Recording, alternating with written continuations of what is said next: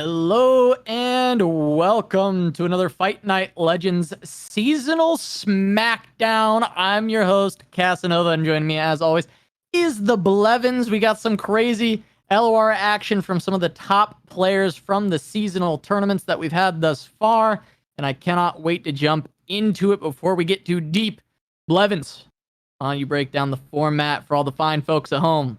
Absolutely. Same old format, but we've got all of the players who have been in the seasonals before. Double elimination bracket with 8 invited players. Every single match is going to be a best of 3. Players are going to bring 2 decks with no region overlap, and to win, they need to win with both of their decks. And of course, Casa, they are playing for their share. That sweet, sweet $200 prize pool. Now, Casa, let's take a look at the illustrious players that we've got for tonight. Yeah, of course, with the seasonal Smackdown, it is going to be a stacked lineup. It's going to be Majin Bay going up against Zoragdungu, Heni versus Floppy, Mudkip, Rigby versus tenx, and Ian Noguera versus Filthy Gamer Weeb. Got a couple of champions here already. Seasonal or fight night or otherwise, and it's going to be quite a banger, but we're going to kick things off today, Blevins, with Heni versus Floppy, Mudkip. Both of them have top forward a seasonal in the past. Heni's done it twice. Yeah. In fact. Yeah, Heni, I was thinking about it, like, what's more impressive, winning a seasonal or top fouring twice? I mean, one would technically qualify you for Worlds qualifiers twice. The other would only get you at once. So I guess it's up for debate. Maybe not. But either way, Heni, one of the most accomplished players in LoR, of course.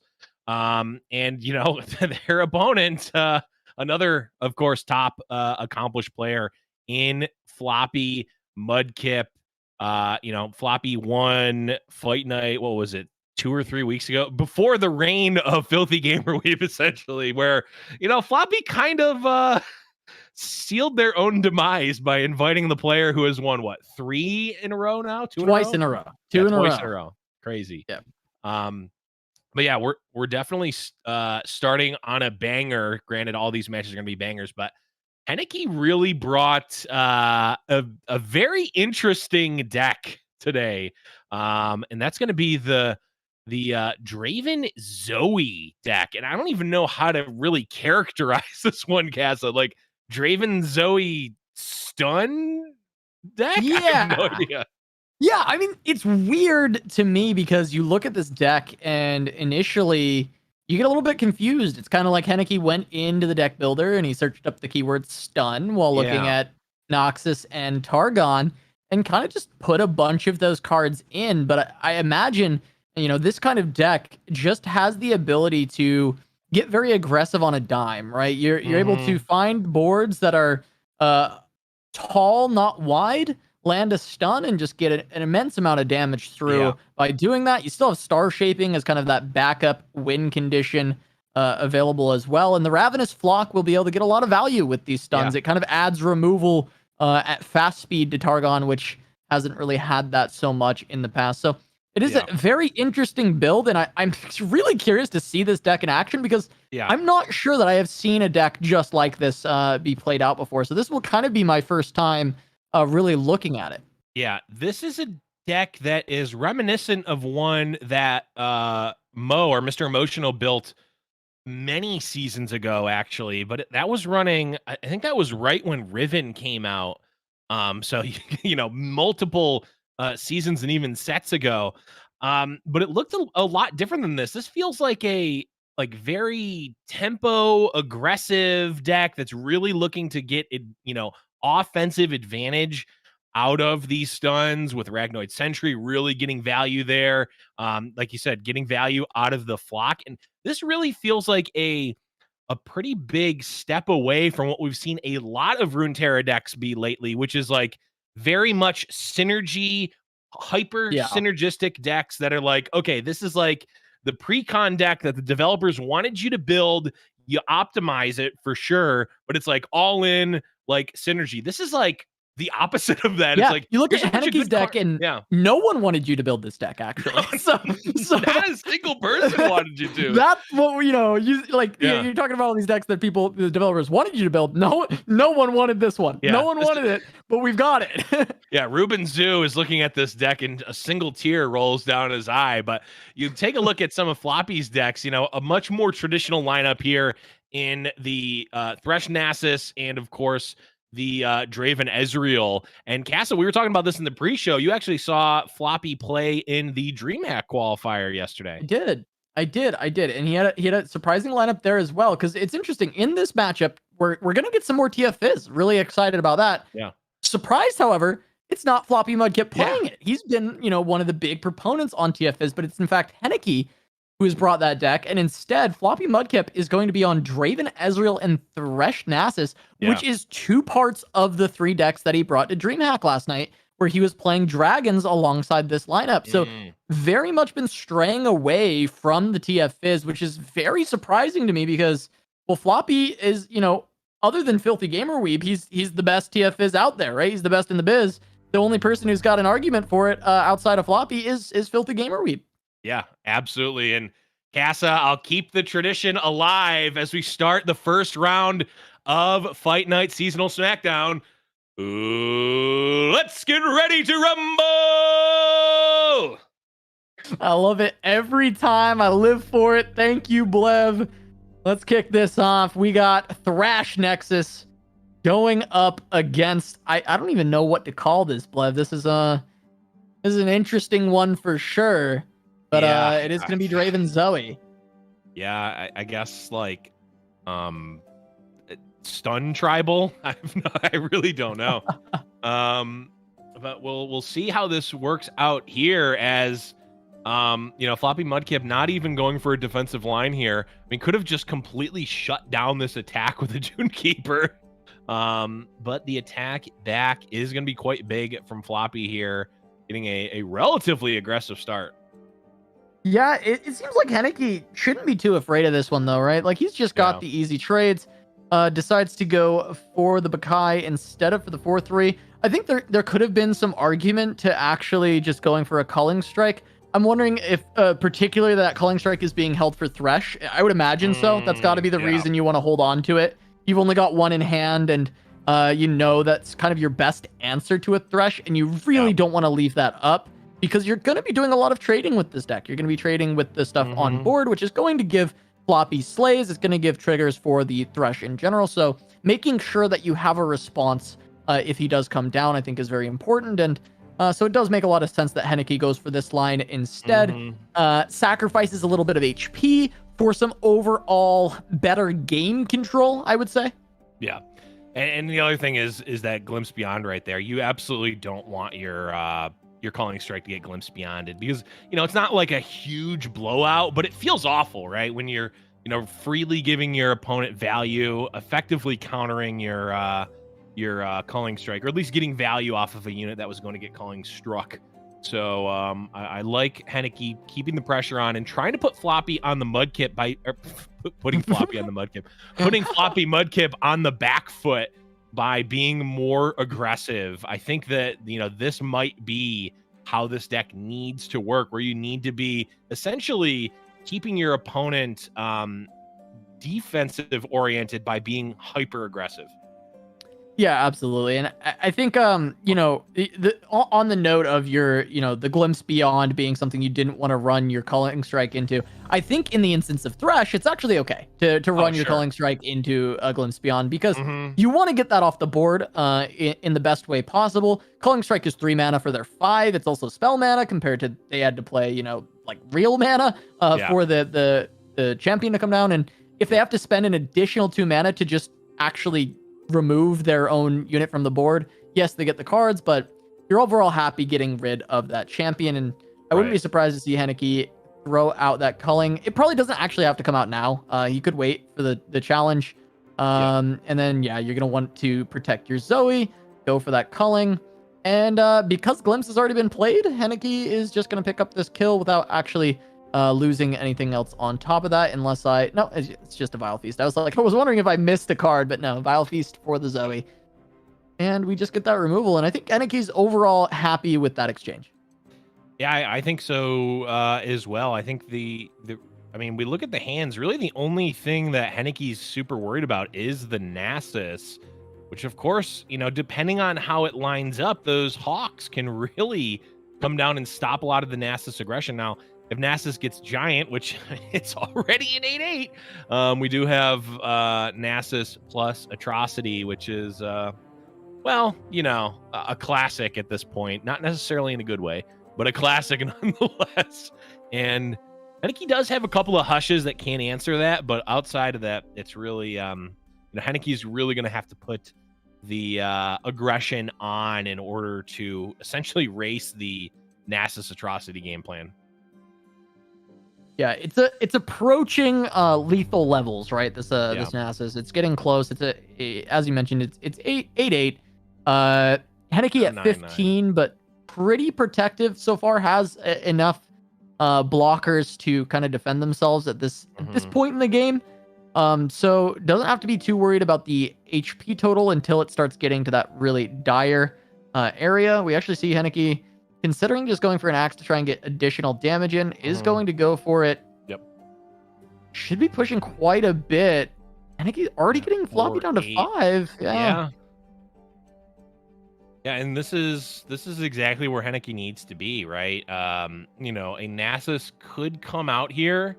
It's gonna get stunned by a Hawk, and I mean, it's not big enough to be Atrocity to face, right? I think Henneke might just have this with or might have to use Atrocity defensively. Yeah, because Henneke's going to be able to gem push for lethal on open attack, so that does mean that Atrocity will have to be used to just survive, and the only thing big enough to actually save Floppy is the Nasus. The Nasus, yeah. Oh, this could be a pretty big punish. Goes Hawk first. Yeah, goes Hawk first, and now Bonk could come out. Granted, I mean, that's just to stop the elusive. There's still all this other board on the side of Henneke. It might just not be enough. I mean, there's 10. We can see 5. We can't see a Bonk plus an Atrocity. Although the Bonk is actually going to level up the Nasus as well. This actually... Yeah, that would reduce the damage. Oh, I'm not going to do the math. We'll see if Henneke can figure it out. But I mean, they have to be thinking. Henneke has to have, you know, second Nasus in mind here, right? When going for this this stun line. It would seem so. Not going for the double gem open means that Henneke feels like he has better results against whatever Floppy has. Right. In going wide. He's got Zoe and the Fangs, which could be really solid in this spot. Yeah. The Fangs cannot find another otter, though, because there's not enough mana.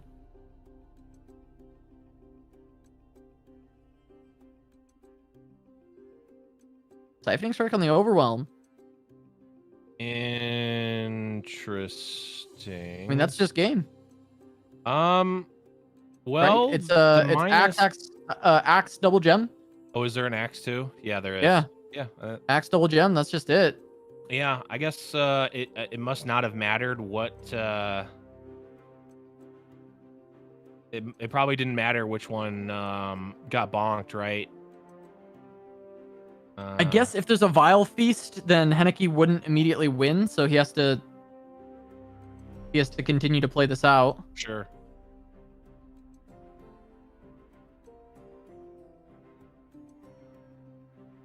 But he should have it. Deterministic. Yep. It does not matter as long as Henneke casts the gems and leaves. You know. Yeah, Vile Feast is still. Card. Yeah, Vile Feast would still do it, but you can't do anything about it. Yeah. Well, also, you're going to be getting in with at least another point, right? Vile Feast would have already had to have been casted, right? Yep, and that's going to be it. Henneke, it wasn't super clean, but it doesn't matter. A win is a win. Draven Zoe finds the win in game 1. You know, we saw this deck We were a bit confused by it. I'm Yeah. still a little bit confused by it, but it worked, right? It was just another tempo Targon list.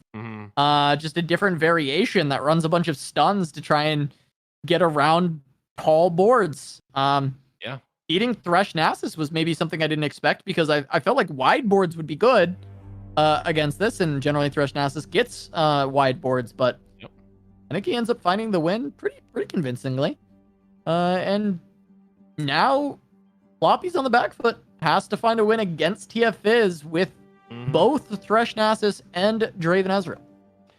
Yeah, the Zoe Draven deck definitely seems like with the stuns, not just having stuns, but stuns on a unit and all of these like slightly tempo positive cards that really give you that timing attack, right? They allow you to win the game during a certain window of time. But if the game goes too long, right, Henneke kind of runs out of steam and you get Nasus atrocity'd. But in that sort of early and mid game, Henneke's able to control tempo, and as we've seen many times, if the Thresh Nasus deck gets behind, it's very hard for it to come back and actually win. Absolutely. And another Fizz banked off the top for Henneke. He's going to be happy with that one, being able to continue to put that early game pressure on. Doesn't have really a good way to activate it, but that does help. You could go for iterative, but also get excited onto that would be solid, and allows your Fizz to go through. I'm wondering, though, nothing in this hand screams wanting to discard it, you know? Like, I kind of want all of these cards. I don't really want to throw any of them away. Yeah. So just goes for iterative to get the Merciless Hunter and to give Fizz elusive to get that extra chip damage in. Yeah, I'm not 100% sure where if I want to use iterative on a Merciless Hunter in this matchup. Maybe you do.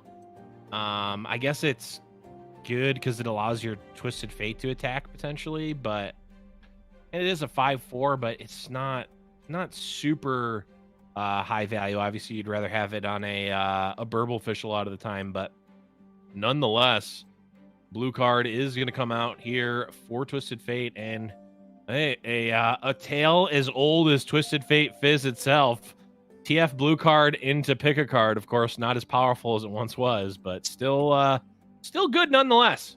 Yeah, I mean, there's a rummage in hand too, so it does make it a bit better, as there is the additional way to draw cards. But we do see Henneke just gonna slow play. Does have to get excited to protect Fizz, but that's never gonna happen against this pull. Right. Just gonna pick a card. Yeah, gonna go for the TF level up. I feel like I think likely to get it within the next 2 turns, right? And if not, you're at least getting a lot of fuel. Ballistic bot. There's a burble fish. Not quite what you want. Pearl Cannon's fine. Okay, Mystic Shot picked up. Neither the burble or the ballistic bot will be playable. You're gonna Poro Cannon 1. You could cast 3 spells, and yeah, you still wouldn't be able to play the burble. Can't cast 4 spells. Yeah, you'd need to rummage into another Poro Cannon would be the only real out here. Yeah, to actually be able to play that. And this is just gonna be a Glimpse Black Spear onto Twisted Fate. Yeah. Not too much that Henneke can do besides try to rip If he finds another rummage. Yeah. Get excited, pick a card, not Not quite it. what we're looking for. And unfortunately for Henneke, the first pick a card that was played was a Twisted Fates pick a card. So there is not going to be another Twisted Fate in hand. And, normally doing this play, spending 5 mana, not developing your board is going to be pretty bad for Floppy Mudkip. But the problem for Henneke is that it's actually pseudo developing the board by turning the keeper into a 4/3 here. So was able to develop a little bit on board and kill the Twisted Fate that was threatening to level up. And also, you know, Mudkip already has a very large board, and a lot of this burn is likely going to have to go, you know, towards these units in order for Heni to even survive here. Yeah, I mean, these Get Exciteds are going to be just decimating Heneki's hand, trying to stay alive. Mm-hmm. At least that stress testing is a nice pull, because it does make it a little bit more friendly to cast to Get Excited, but it's just going to be a Poro Cannon, actually. Answering that, maybe using them as chump blockers. Yeah, and Thresh just makes everything so awkward here. It's going to be able to eat a zap, pull it away. This Merciless Hunter can trade 1-for-1 with most of these units. Its blocks are so bad here. Like, it can block the Dune Keeper, I guess, but it dies to everything else. 12. You can't block a Dune Keeper and literally die. I guess you can... You block a Dune Keeper, play a Get Excited, I suppose, but... Yeah. I mean, it doesn't feel good. No, it really doesn't.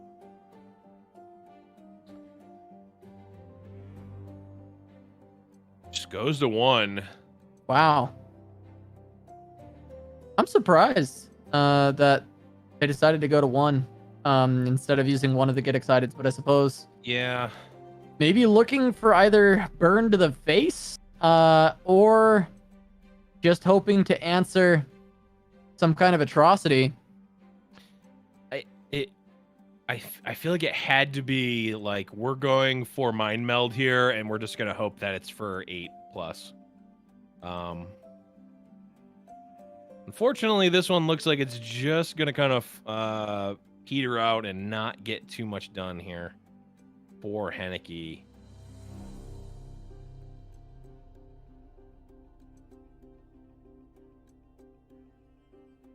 Can push 5, go to 11.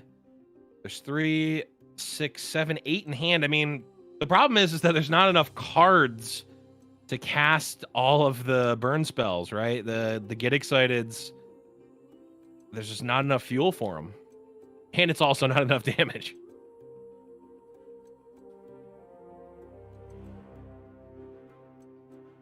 Yeah, like, even if Mudkip were to overreach with a atrocity, I don't know that Heni would win from there. You know, it's like Heni would have to expend a lot of resources to just stop that atrocity from killing him. Yeah, and this is, I think, just... I think Heni could stack their deck from this point, and it won't matter. Agreed. Yeah, I think this is going to be us going to a game number 3. Heni will be on TF Fizz against Draven Ezreal from Floppy Mudkip. Yep. Okay, if Floppy Mudkip for some reason attacked and then put Atrocity on the stack proactively, we go Get Excited, Get Excited, draw a card, another Get... It's just not enough. That's going to be Floppy Mudkip taking game number 2. Yeah, so we're going to a game 3 here. It's going to be the TF Fizz versus Floppy Mudkip's Draven Ez. Yeah, and I guess, you know, if someone is going to beat TF Fizz, I guess it might as well be Floppy Mudkip, right? If he's knows the deck so well, he knows it inside and out, he might know how to beat it on top of that. And we see in the first game of TF Fizz going up against Floppy, able to take it down with Thresh Nasus. Now, this is a matchup that definitely can go in Thresh Nasus's favor. They do have some decent answers to the elusives. They have, you know, the challenges and the vulnerable from the Merciless Hunter. So they've got ways to actually deal with a lot of your threats. And a lot of the draw was going well for Floppy. He played it really well. And Heni maybe overreaching for that Twisted Fate ends up falling flat after the draws are not enough to get to the level up. Yeah, it seemed like kind of a little thing, because it made sense to go for that, you know, the aggressive Twisted Fate play. But, you know, it's the type of play where I feel like I go for that line a lot. And when we've been watching Filthy Gamer Weeb over the last few weeks, there are many times where I'm like, wow, they're kind of just throwing away their Twisted Fates here. And perhaps this is the type of reason why, where, you know, if you invest so much into the Twisted Fate, even though you're still drawing cards, it's at the cost of something, right? It's at the cost of tempo or at the cost of board position. And I think that understanding the value of that is what really puts Filthy Gamer Weeb at that sort of next echelon, like master echelon of the deck, just knowing when and where to really pick their spots to go for a Twisted Fate level up. Yeah, for sure. And I mean, just getting into this game more, Heneke's hand looked really bricked at the start, and the fact that Ezreal came down and Heneke was able to go ahead and toss that Get Excited at the Ezreal while using that stress testing to pick up a Ballistic Bot really kind of salvaged this hand quite a bit in being able to start to create a little bit more aggression. We've even got the Iterative to potentially go for a double Ballistic Bot. The Fizz now in hand as well. I think overall these ignitions are going to fuel the Burble, and suddenly this this hand is pretty good. In fact, it looked really rough at the start, but now Heneke is going to be able to put on a little bit of pressure and start to try and take control of this game, as we do have Flock taking down one of these Ballistic Bots, but the Iterative did give the opportunity that Heneke is still going to be able to generate these ignitions. Yeah, the ignition is like you said, going to do so much work here. It's going to turn on Fizz. It's going to pump up Ballistic Bot so that it can trade up eventually. It's going to reduce the cost of Burblefish. I mean, it's going to fuel a potential late game Mind Meld to end the game. I mean, it's doing so much here. It's fodder for pick a card and Get Excited. I mean, it really, and I like Heneke's realization that, hey, Ballistic Bot is very important here. You know, choosing to make a copy of it. Yeah, and wow, this pickup of this Arachnoid Sentry is massive for Mudkip because he's got an additional Ravenous Flock. So being able to just go Sentry Flock onto this second Ballistic Bot is huge. Yep. Before there was not a clean answer, and this was going to sit here and generate ignitions all day, but now there's actually a way to remove it, and that is going to help Floppy so much with salvaging their HP and just salvaging the game plan of Heneke continuing to get all of these spells cranked up, the Fizz level up, the Burblefish is being reduced, like just everything going right. And instead, Heneke's going to have to start looking for some other creative ways. Well, he's going to rip a couple extra cards here and an additional picker card to keep the cards rolling. And this is looking pretty decent for Heneke. The suit up is nice here. Could even potentially use it defensively to block. Yep, Floppy, a master of the lobster pass. Let's see what the opponent has to do. If they want to take this full pass, so be it. But Floppy waits for Heneke to blink first. Heneke uses the opportunity, cast the suit up, and level up the Fizz to a 5/5.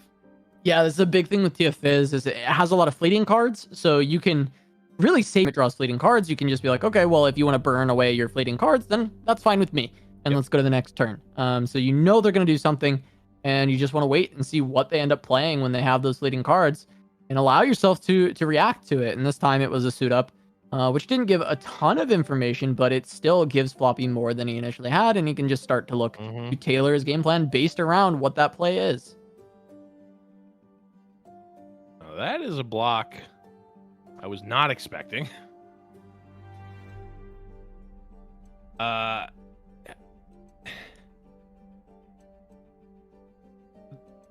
block makes very little sense to me. Because I guess it's saving one additional point of damage, but doesn't it just come back? Doesn't 4 just come back the next time the attack token comes around? Or maybe Heneke thinks that they're going to be able to just banking end this. on a EF maybe? Yeah, or yeah, maybe you're looking to end.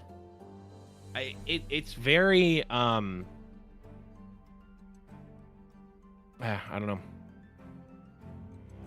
No block on the Fizz either was also interesting. I feel like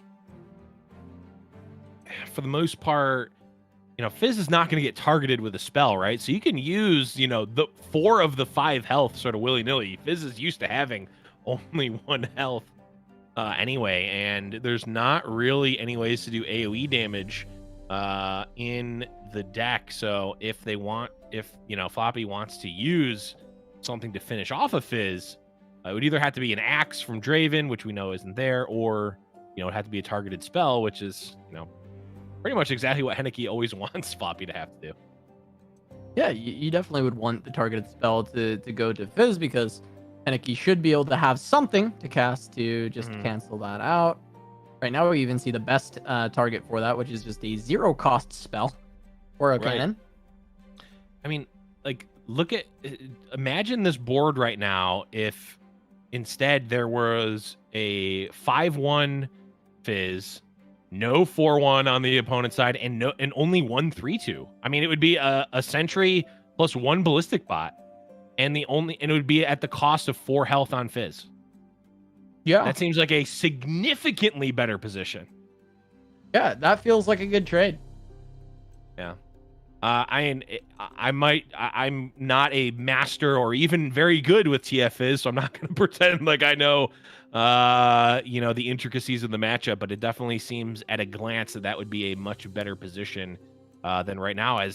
Floppy's just able to go completely wide here, and now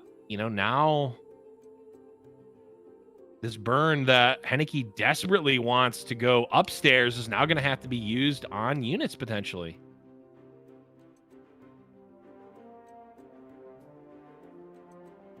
Yeah, it feels like this is too much pressure for Heni to actually hold on to this burn.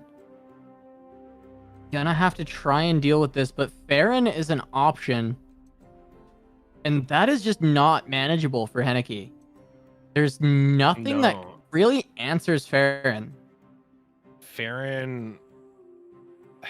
If Farron comes down, Heni's basically going to have to use as few resources as possible to survive and hope that next turn they win on open attack. Which still might have to be the plan. Okay, Mystic to hold on. 6 HP is safe to if Farron gets slammed, at least for one, turn. You would die to both, not one turn, but one action. Right. You die to double decimate. I wonder if that's just Floppy Mudkip's plan here, is now just go Farron and just play out the decimates. Very well could. I'm gonna start with an ignition. Might as well. Basically as a pass. Okay, we're gonna potentially looking at old Longtooth as its own pseudo decimate, and there he is. There's Farron. Oh, my captain coming out. And Chum the Water can come out, but that will mean that the now Heni gonna burn a card in hand, which is not super great. It is the stress testing though, right? So right, so he will draw a card next turn. Okay. That's right. I forget that interaction. I know we kind of relearned about it last week, I think. Right. It's just one of those weird interactions that it does, when you think about it, it's like, oh yeah, that makes sense, but yeah, it just doesn't feel as intuitive initially. So now, okay, those are two misses from Floppy. Now open attack is going to push at minimum 5. If there's a burst spell, we could. Mystic is good. Mind Meld. No, we can see Mind Meld will win. But we can. Heni can simply open attack, pull Spider, attack with Poro, hit for 4 overwhelm plus 1, which is 5, and then there's 5 burn, 6 burn technically. Yeah. He's got it unopened, but it loses to Mystic shots. And it loses to... Loses the Mystic shot, loses the Get Excited. Yeah. Loses to Static Shock even? Yeah, loses to Static Shock. Loses to Culling Strike. None of these things are in hand, though, for Floppy. Right. The thing is that, Mind Meld actually, I think, plays around most of those things. Here's the thing. Floppy, I don't think beats any of the lines. If Heni just goes for lethal this turn, it's going to work out. There are multiple ways that Heni can do it, and Floppy can't really punish any of them, is the problem. So this, I think, is just going to be Heni taking this. This line will work. It does get punished by a lot of those things that you said, Casa, but fortunately for Heni, it's going to work out. Yeah, it absolutely is. I wonder, is the Mind Meld line even safer, though? Or is Heni going to still lose to a lot of the cards we talked about? Well, the Mind Meld line I like because it involves Fizz getting, becoming elusive and giant as well. I guess most of the cards we mentioned all can deal face damage, though, at fast speed. So if you play Mind Meld, you would just send that to the face, and then you would decimate. And Floppy would win, right? So... Right, yeah, if it was like get excited plus decimate. Yeah. So basically, I think open is always better. I like it. Yeah, and Heni now says, "Yep." Now it's just if they have get excited plus mystic shot, they will win. But they don't. That's gonna be Heni taking it down. Wow.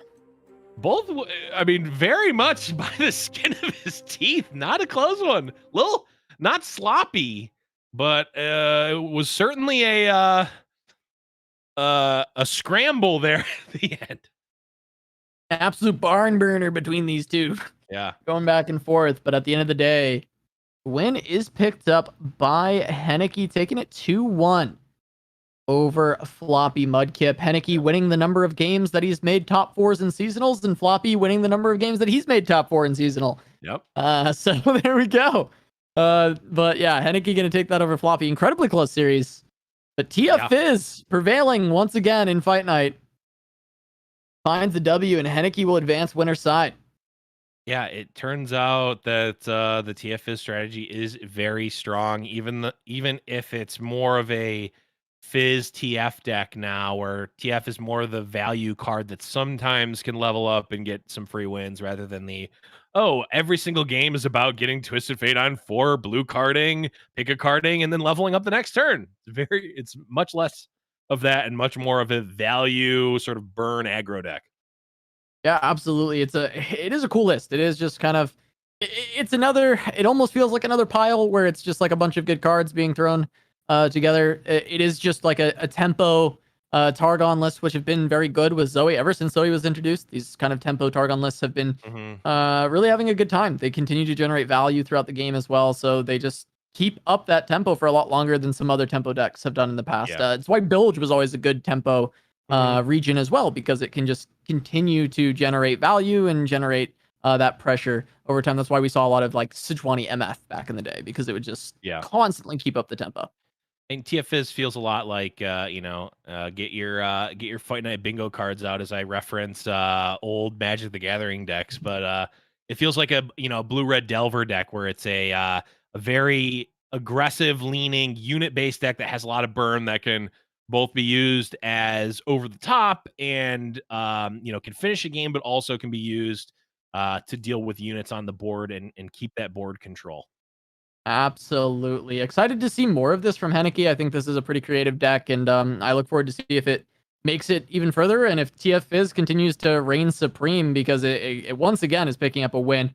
We are going to run to a short break, but when we return, we will have the winners semifinal of Fight Night Legends Seasonal Smackdown. Don't go anywhere.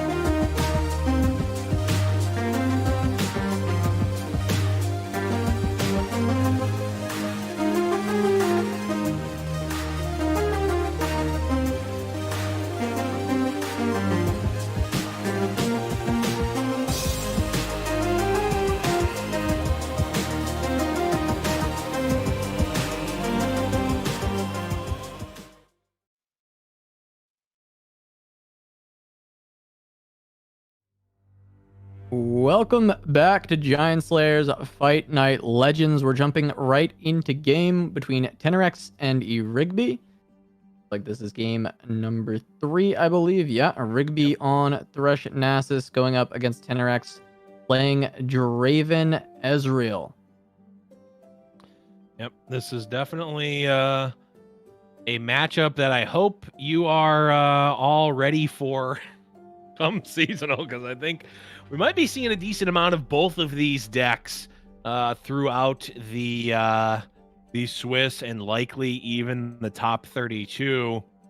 Though I will say Draven Ezreal was sort of not on the downswing, but was cooled off a bit for quite some time, and now I think is really started to see a resurgence. Yeah, absolutely. We're seeing a ton of Draven Ezreal. Saw a lot of it in DreamHack as well, and now popping up once again in Fight Night, as we are seeing it kind of pummel down onto a Rigby. Looks like tenx is going to be able to close this out. It feels like... Depends on how big this Nasus is, I guess. That's true. Is this a potentially a 2020 Nasus? But there is a blocker available, right? But I guess it depends on top of this. Yeah, 2020 wouldn't matter, of course, right? Because we've got this atrocity available. Let's see. I can't imagine it's a 2020, though. Not in this matchup, right? Yeah, it's only an 8. Ooh. Ooh. Ooh. Oh. Yeah, gonna end up being a 9-9, which is nice. Yeah, not gonna even be close. And this is just simply cast 2 decimates, but tenx might even have it with attacks on the stack with the Ezreal.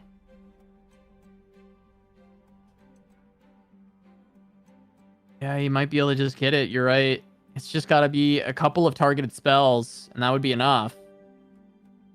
I mean, if he doesn't have it, he does survive anyway, right? So it will just be the decimates. I mean, this game's just curtains. Yeah, I don't know why you wouldn't block the 2-1. Your Farron is irrelevant right now. Also, I mean, taking an extra damage is irrelevant too. So I guess it's just really doesn't matter too much. Can just go for the double decimate. Yeah, it would basically require a Rigby to have a counter spell here. Doesn't even go for the second decimate, which is interesting.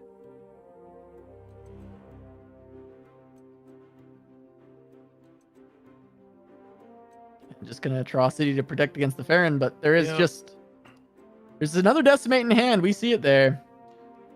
tenx has got it. Sure. I mean, that's another way to win, right? Like that. Yeah, that does it as well. Any number of ways. I think tenx was just saying, okay, if Rigby has a counter spell, let's just present lethal in 2 different ways that can only be you can only stop. Oh, absolutely. So definitely a clean play there. Although we saw with our caster vision that was just going to be over. That's going to be tenx taking it down 2-1. Versus Rigby. Let's take a look at the bracket here, Casa, as we move into our second round. Yeah, we just saw tenx take down a Rigby, so that we'll be able to update in just a moment. But on the top side, Majin Bay took down Zorgdungu, and Heni took down Floppy Mudkip that we saw moments ago. So Heni versus Majin Bay on the top side, and it's going to be tenx versus Filthy Gamer Weeb, continuing the reign of terror of TF Fizz. Both TF Fizz players that brought it to this fight night have made it out of the opening round winners side. Filthy Gamer Weeb taking down Ian Noguera and Heni taking down Floppy Mudkip. And yeah, I mean, NA is just being dominated by TF Fizz, and it seems like that's going to continue. We'll have to see if Majin or tenx can slow it down. Yeah, I mean, we're now getting to the point where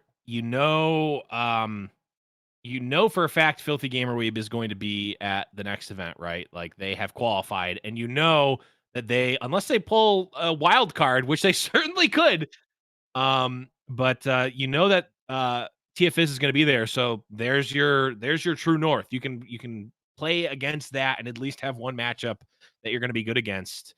So we might start seeing the internal metagame shift a bit to fight TFIs, but I don't know. I don't know what you can really do against it. It's tough.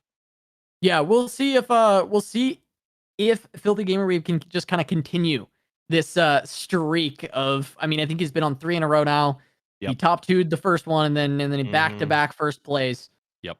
And now, yeah, once again, he's winner's side, but we aren't going to be checking in with him just yet. We're going to be watching Majin Bay versus Heni, 2 players who have been no stranger to the top of the competition when it comes to seasonals. Majin, of course, Cosmic Creation champion.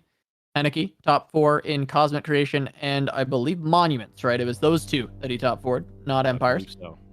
And we're going to be jumping right on into it. It's going to be, looks like Azir Aurelia or Majin Bay going up against this weird stun deck from Heni. The Zoe Draven Tempo Targon. Yep. And here is the classic, the Azir Aurelia Majin opting for the Voice of the Risen version. So not quite the Filthy Gamer Weeb version. That is essentially cutting down the board pump slot of Voice of the Risen or Marshall. Majin has been on the Voice of the Risen since the nerf, and obviously still is. So I know they've been playing it a lot on stream and have been testing it for tournaments. So must be quite happy with it.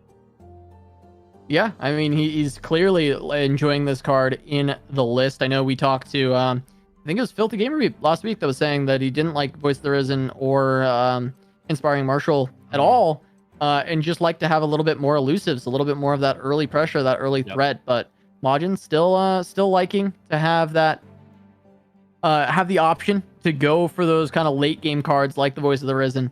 And just hoping that he always has a champion, which you are kind of mulling for your champions, so it wouldn't be, too unlikely for you to be like, okay, I'm going to have a leveled up champion by the time my Voice of the Risen is becoming a big part of the game. Yeah, I'm not a huge fan of Voice of the Risen in general. One thing I don't want to do when playing as Aurelia is increase my dud hands. I want to decrease those because my good hands are massively good, and my middle of the road hands are also quite good. But there are those dud hands where you've got a couple of Voice of the Risen, you've got no champions, and if you have a sparring student, 2 Voice of the Risen, and even a return in your hand, your hand just looks awful. You've got a bad expedition deck, and those are the types of hands I want to reduce, and Voice of the Risen really plays into those. Yes, when you have your leveled up Azir and you play it, it's arguably a better Inspiring Marshall, though maybe you could argue against that too. But either way, Majin having success with the deck thus far, and seems to be doing at least all right so far against Heni here. Yeah, so far it seems so good. Going to be Ribbon Dancer, trying to continue to put the pressure on with the Azir. Having Azir and Deus is pretty terrifying, but Heni so far has been able to at least somewhat deal with it. However, this is now going to be a leveled up Azir, and the onslaught will continue as we do see that Blossoming Blade in hand. There's quite a few ways to continue to generate these Sand Soldiers, and they're just going to be more powerful on the next couple attacks that come through, considering the Azir has now leveled. Yep. And I think what Heni was really banking on was stopping the Dunekeeper from attacking, and therefore forcing Azir to attack, and unfortunately just gets massively punished with the Ribbon Dancer. Majin even has the option to use the lead and follow to bounce the Ribbon Dancer. Opts not to, because you can do the same thing with Blossoming Blade, or even to save Azir. So, I mean, this is... Oh, yeah, okay. How many attacks can you get in the next turn before you actually have your real attack token? Yeah, I mean, it's just going to be one, but it's, Could be more. Yeah, I guess you could lead and follow. You could, could use it on this turn if you wanted to. I mean, blocking on Heneke's and following, forcing them more awkward blocks into open with another Blossoming Blade feels pretty strong. Yeah. I mean, also almost any combination of the cards in Majin's hand over the next turn seems pretty strong, so you don't necessarily have to be super proactive if you don't want to be. Yeah, leveled up Draven would be great, but I do think that Henneke is running out of time. And I don't think the 1-star shaping is going to do enough. No, it is not. Having been in the Azure Aurelia seat many times in this position, this is cleanup time. This is just walking it home. Now, if Henneke needs to draw so much, and they just can't. I think if Majin opens with an attack action of some sort, even if it was open attack, you're going to be good because you're still able to get so many more attacks. I like opening with Blossoming Blade here, see what happens. Yeah, if I'm with you. They're going to have to block. They're going to go to 1 just on the blocks, which is fine. Now you can, see what Henneke's doing. I mean, the Draven generating blades just doesn't matter. They have to use an action now. Cross and Strike could be good, but as long as not good enough, just do an attack. Just keep presenting attack actions. Don't as long as you don't take any time off. Now you still could just swing with this. Just swing with this, but it also just doesn't matter, right? So I think you probably still attack with Azir here, because you just want to go as wide as possible here. If Azir lives or dies, doesn't matter. There, I think, are very few hands that can block all of this and kill Azir and survive the lead and follow. And kill Azir with the lead and follow, through the lead and follow. So yeah. Even if Azir was gonna die, you can just recall it, right? It's right, exactly. It's totally fine. Or not. You definitely go with Azir. Or not. You definitely go with Azir there. I mean, he did, right? Yeah. And he ends up getting the win, and he would have probably just gotten the win if he didn't go with Azir. But I just think it absolutely makes sense to just go with Azir. You have the protection already. Even if you didn't have the protection, you just need to deal 1 damage. So the widest possible board is probably going to be infinite attack there, right? Yeah, exactly. It's probably going to be your best. Just have the most bodies going in. But yeah, end of the day, works out. Picks up game number 1, Azure Aurelia, showing why it's so good. Once again, finds another win, and now Henneke gonna have to find their way through another kind of strange Draven Targon deck. This time from Majin Bay, running Draven Diana. Also just kind of a tempo deck out of Targon. Just a different variation on this. Not running any of the stuns like Henneke is, more invokes being included, like Solari Priestess. I'm curious. A lot of times when something like this comes up, the idea of Targon Noxus, I usually have a read on the origin of where this idea came from, because it seems like a little bit too much of a coincidence for both of these players to have this sort of style of deck randomly on this event out of nowhere. So I'm curious where the the idea for this style of deck came from. I'm not 100% sure. I know it was actually the Noxus Targon Overwhelm deck was a sort of flavor of the week for a few weeks a couple of seasons ago, but we really haven't seen it at all since then. Yeah, and this isn't even I want to say it's not even similar to the Noxus Targon Overwhelm stuff that we saw in the past, right? It's really not. That's what I agree with you that it does feel like it randomly is springing up like that deck was, because that deck was unexpected, and originally we didn't, we weren't looking into the different variations of Noxus Targon Overwhelm And it sprung up as a flavor of the week, kind of flavor of the month thing around a seasonal. And now once again, people are revisiting Noxus and Targon, and this time in a completely different way. This time going tempo instead of kind of going for the overwhelm over the top.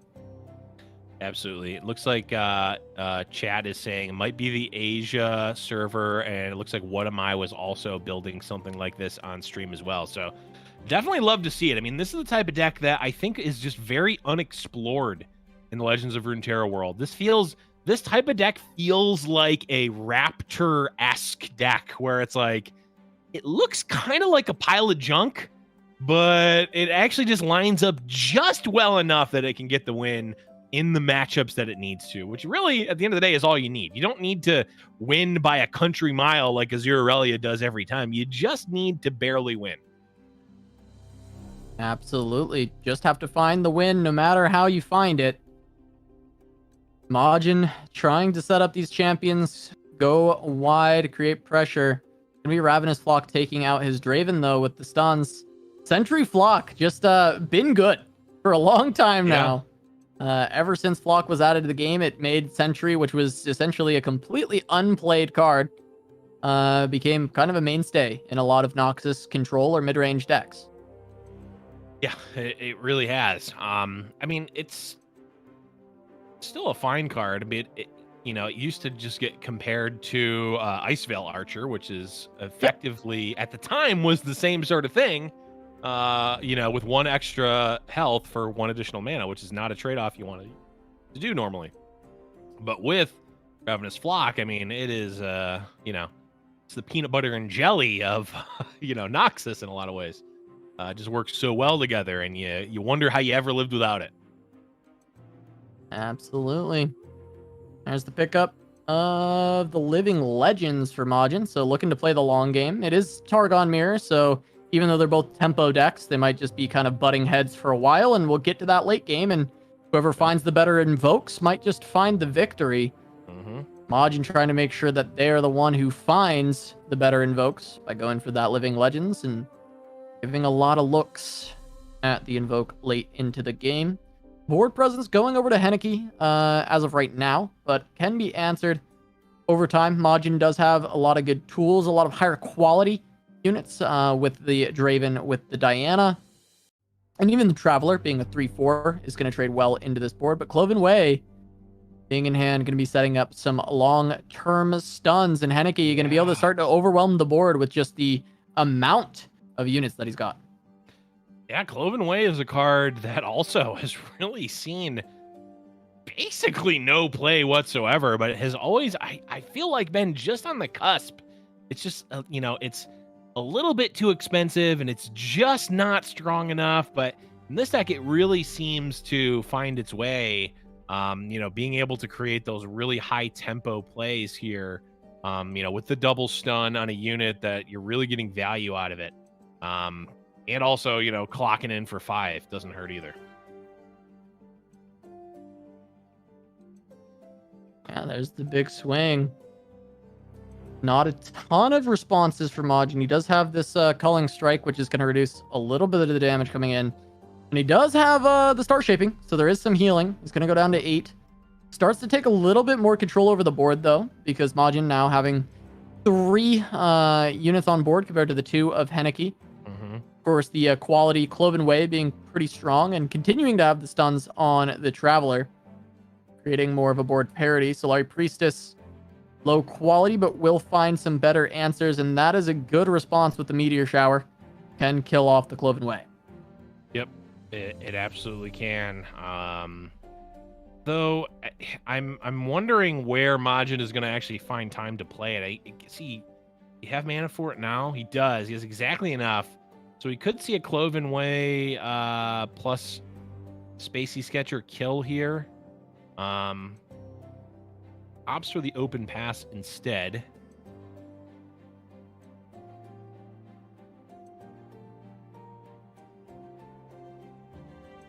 Okay, just gonna swing with Draven.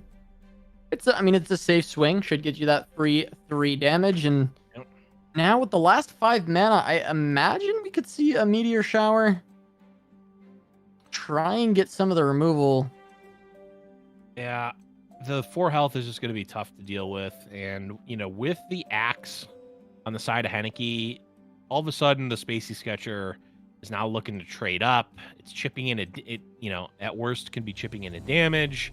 And with Majin at 8, even 1 damage is quite scary, especially with an axe that can pump that up even more. So Majin wanted to keep the board controlled, and you know, is going to look to stabilize here, and he's very close to it. Yeah, I think Majin's in a much better position now. Yeah, there's another Cloven Way, but I don't know that that's going to give enough pressure over to Henneke. Could go for something like the Crescent Guardian and the Goat to try and take more board presence, but that will just enter us into more of a board parity, and yeah, be just scaling into the late game looking for those big invokes. It is just going to be the Crescent Guardian, which I imagine will be followed by the Goat as well, just trying to take as much board presence as possible. Mm-hmm.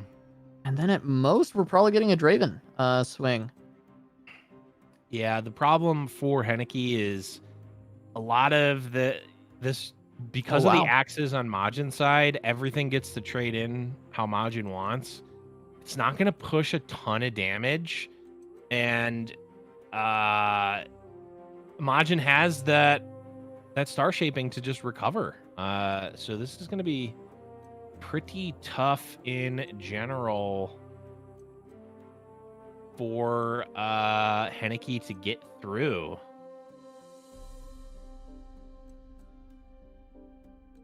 Yeah, a lot of trades happening, but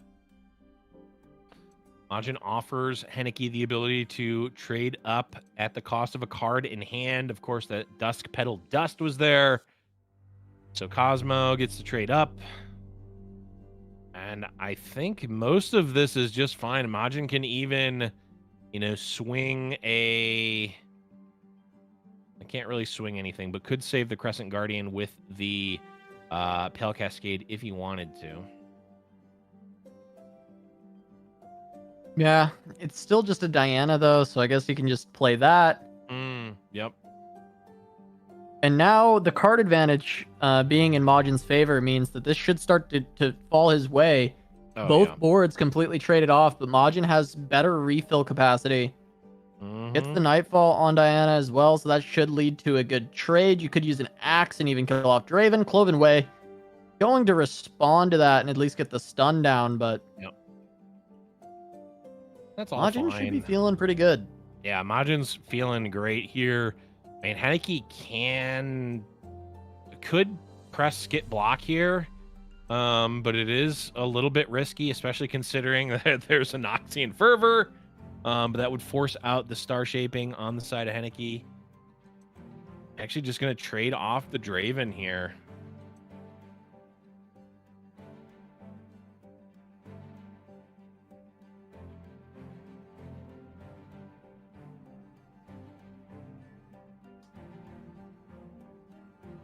Okay, star shaping could be quite scary potentially. Yeah, there's a Great Beyond. Majin doesn't really have an answer to the Great Beyond. Of course, he does now, or at least a blocker for the Great Beyond.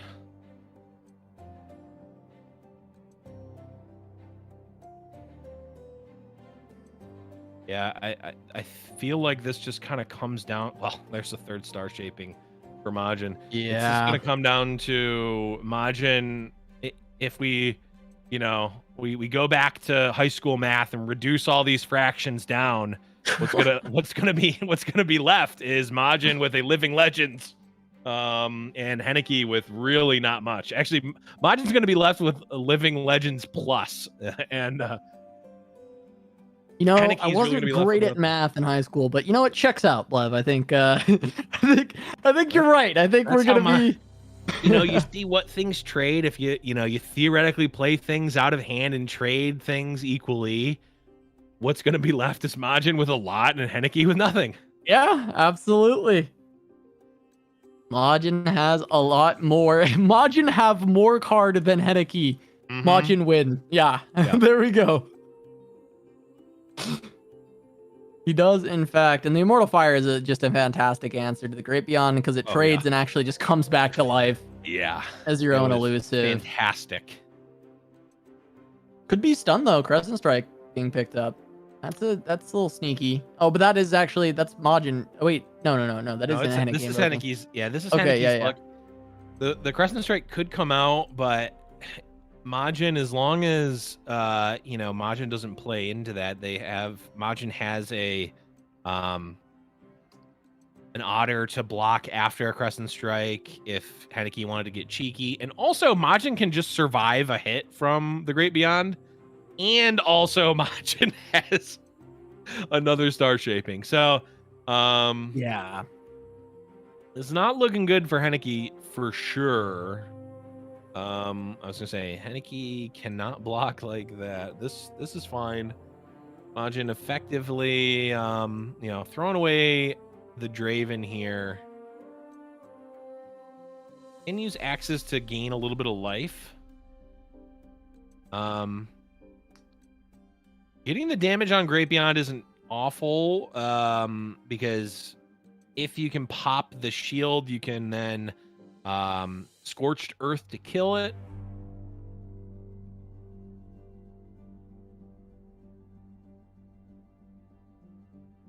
Okay.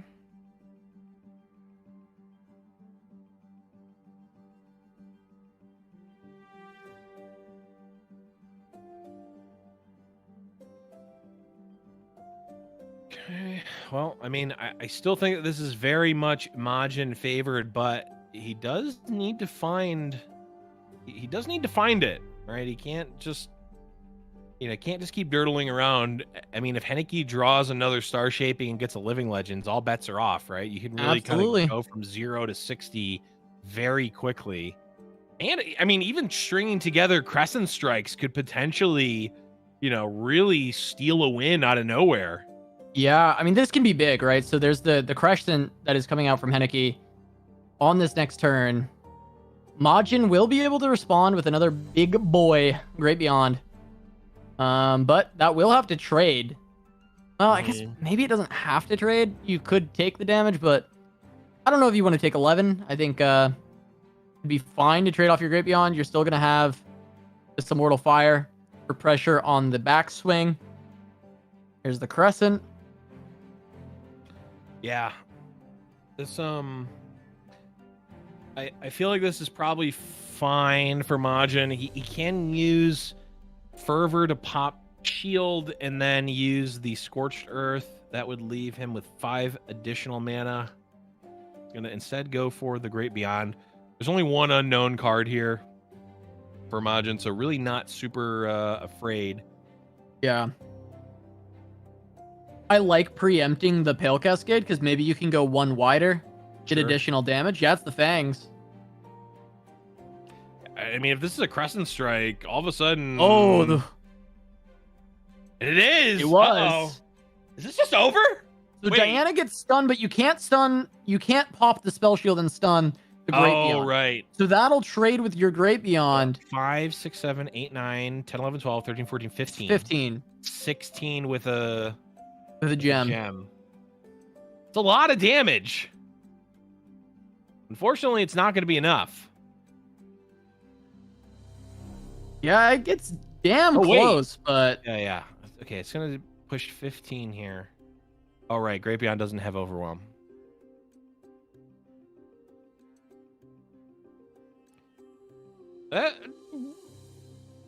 I mean, that felt pretty scary. Actually, I mean, Henneke's still at 17 now with all the life gain. I mean, Majin may have gotten caught with his pants down here if he's not able to go wide enough, even though he's can put forth, let's see, 12, 13, 14, 15. I guess he can present lethal in the form of axes and elusives on top of the fervor. Okay, this is going to be exactly 14. Oh, and you know, you can also just go over the top with a Great Beyond too. Yeah, that'll get you there. That will get you there. That's gonna be Majin taking it down 2-0 and advancing to the winners finals. Yeah, Majin coming back. The return of Majin Bay. He won a couple won a couple fight nights back a while ago. In seasonal won Smackdown? two. Did he win the first one? Actually, don't remember who won the first seasonal Smackdown. I think he did. I think it was Majin. Too. Yeah, so Majin won the seasonal Smackdown. He won a seasonal. He won a fight night after he won the seasonal. So he's definitely no stranger to the top of the tables in these. And once again, takes a 2-0 over Heni. We'll move on to the winners bracket final. And well, we didn't get to see TF Fizz, but TF Fizz not advancing winner's side this time around from Heni. We'll see if Filthy Gamer Weeb continues to carry that deck on the other side of the bracket and finds its way into the winners finals once more, having another shot at Majin Bay. I'm sure Filthy Gamer Weeb would love to try and take on the seasonal champ from Cosmic Creation as the back-to-back fight night champ currently, trying to hold that title over Majin. Yeah, I mean, I know one, you know, arguably has a little more oomph to it. But, you know, being a seasonal champion isn't that bad, right? Of course, Majin is also multi-time fight night champion too, so can't even really can't even hold too much over him. Yeah, I mean, if you heard the Majin Bay rap that he put out a while ago, he mentions that he's a 2-time fight night champ and that he also happened to have won a seasonal at some point, but that was kind of unnecessary in the rap. Really, the 2-time fight night champ was the most important thing, and he's trying to make it he's trying to make it a 3-time fight night champion as he moves on to the winners final. And you know, speaking of that winners final, we will be having that coming up soon enough, but we are going to go to a short break. But more Fight Night Legends seasonal Smackdown when we return.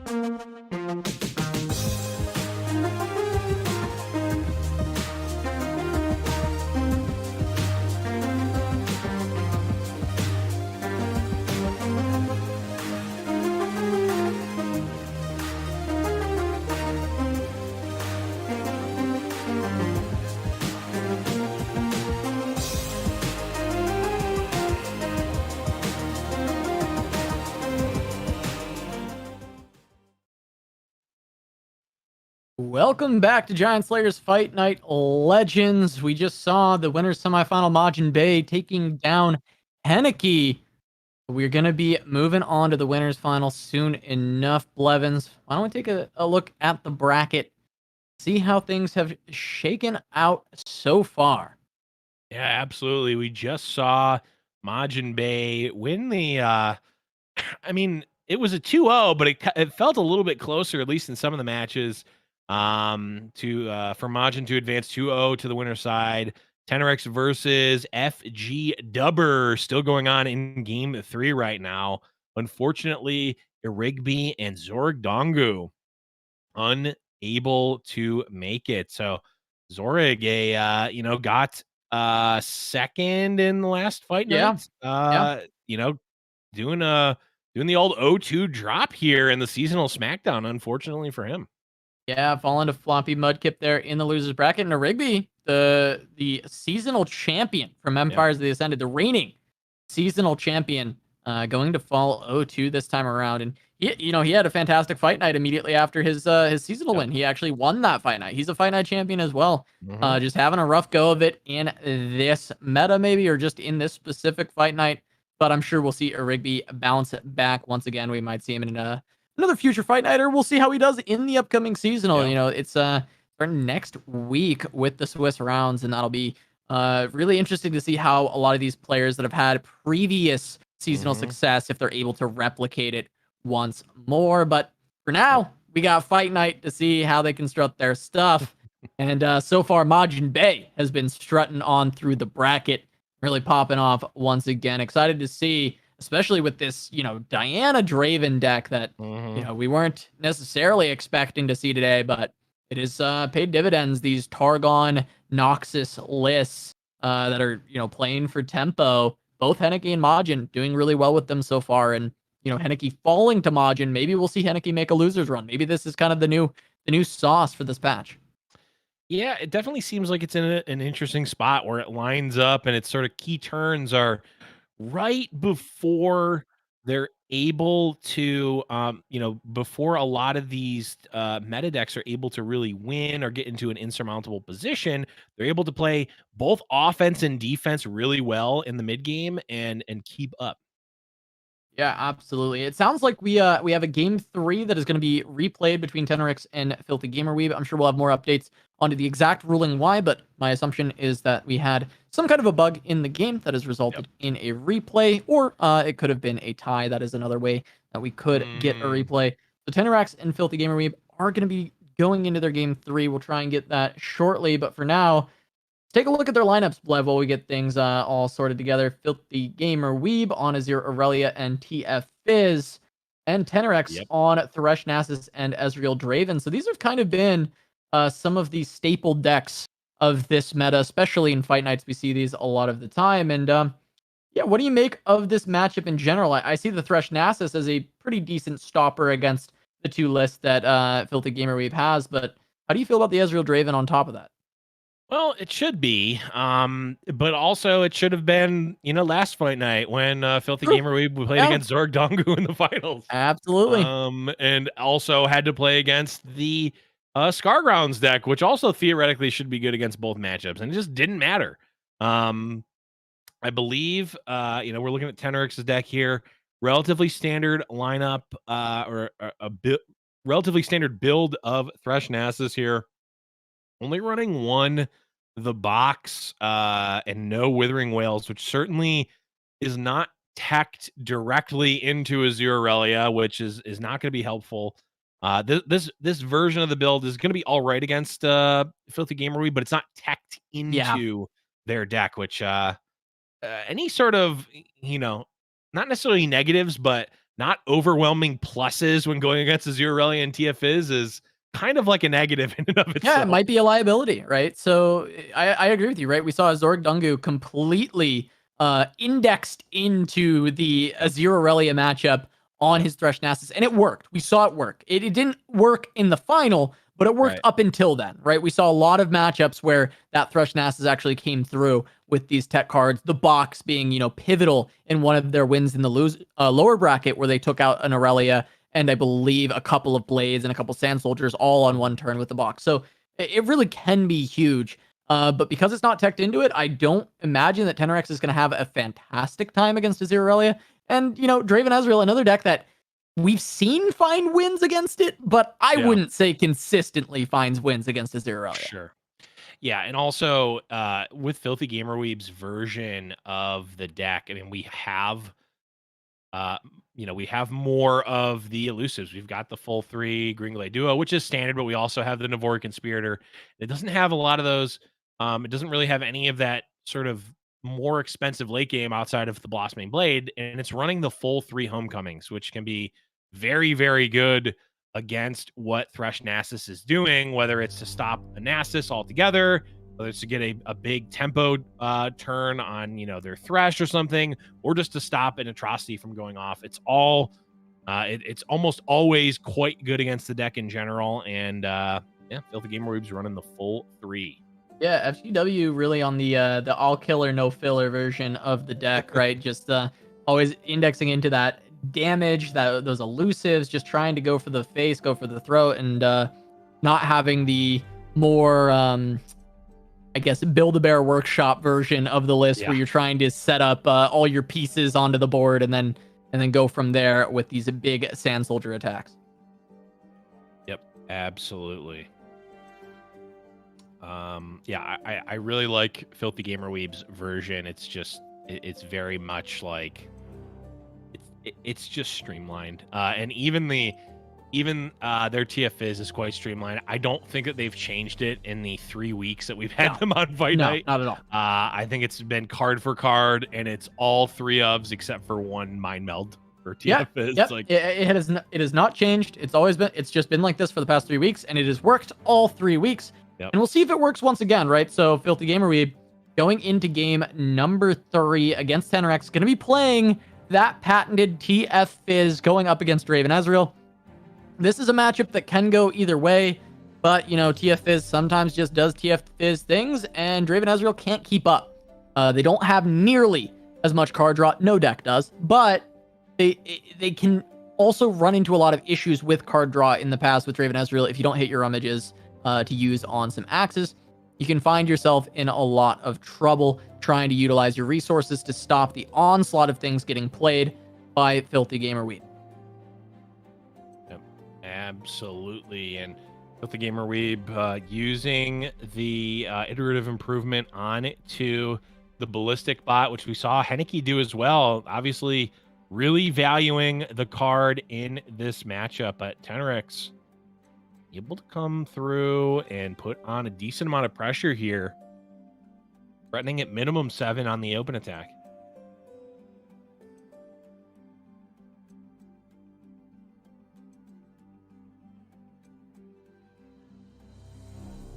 Yeah, I mean, how do you want to answer this 7? I mean, there is the fact that you have fleeting cards that you're not going to be able to play all of them. So you could just go for a Get Excited, right?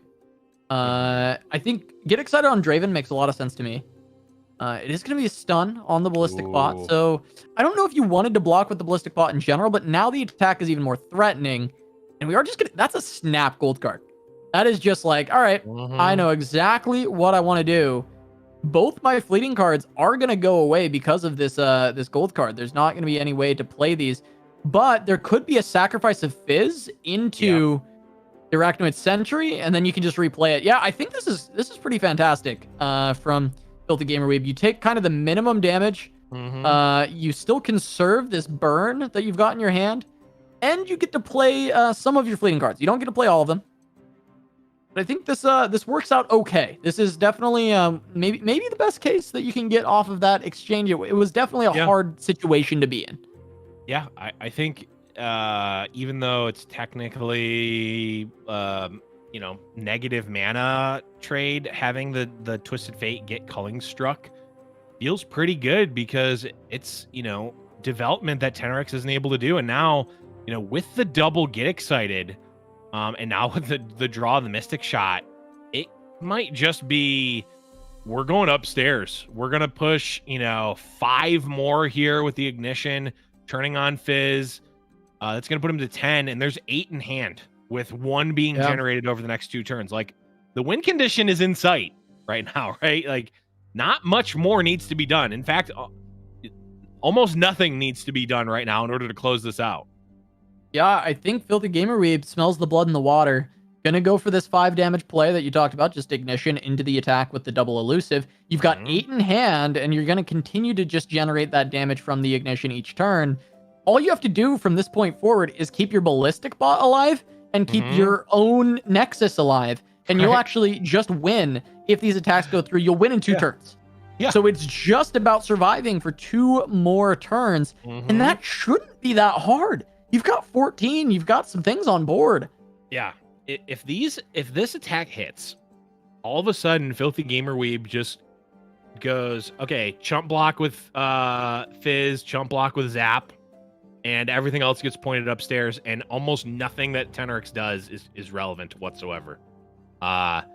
Which really is an enviable position, and that's exactly what's happening here. I mean, tenx is either going to need to kill this ballistic bot right now, or, well, which is going to be able to threaten. And he does. So now, it's not quite easy street for Filthy Gamer Weeb right now. Twisted Fate potentially changes that math.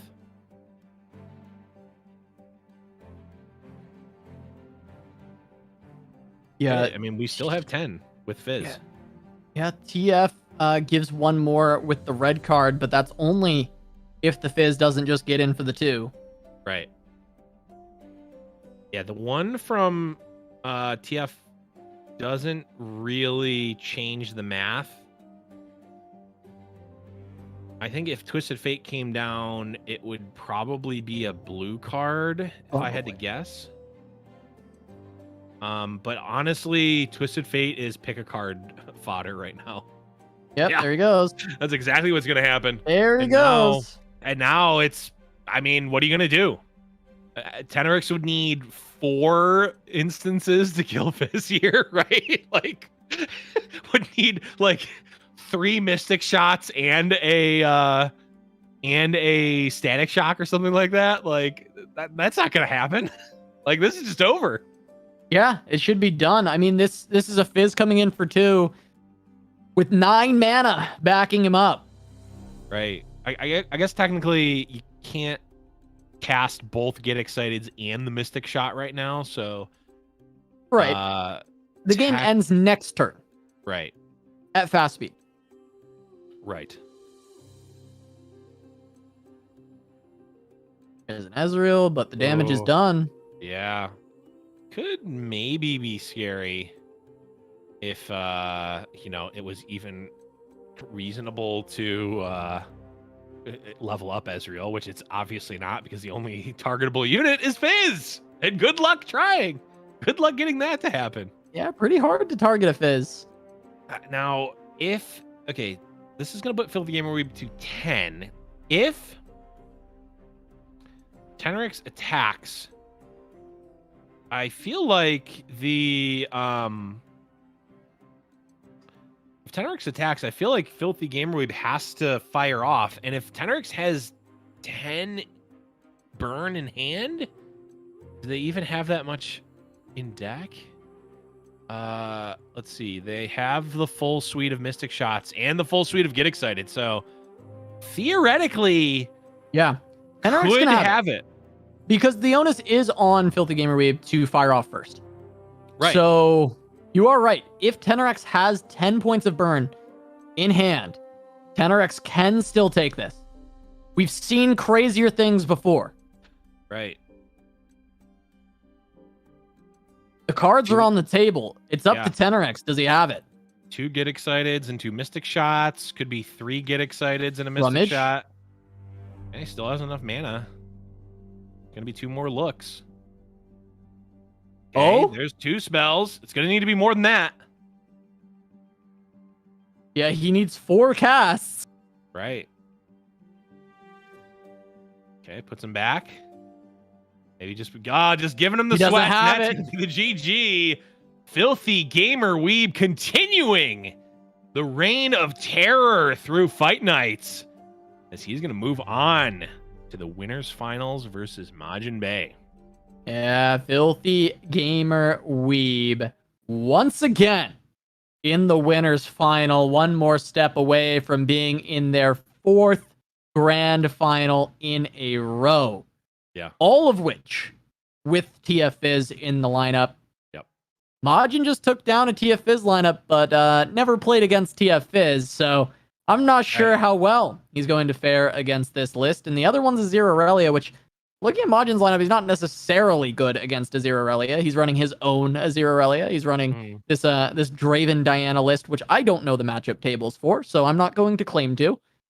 But yeah, this is a match I am excited for. Majin Bay, kind of the perennial champ, always coming back and finding a win here or there. Going against Filthy Gamer Weeb, who is the current just riding a high of wins. Yeah. I mean, couldn't have asked for a better one.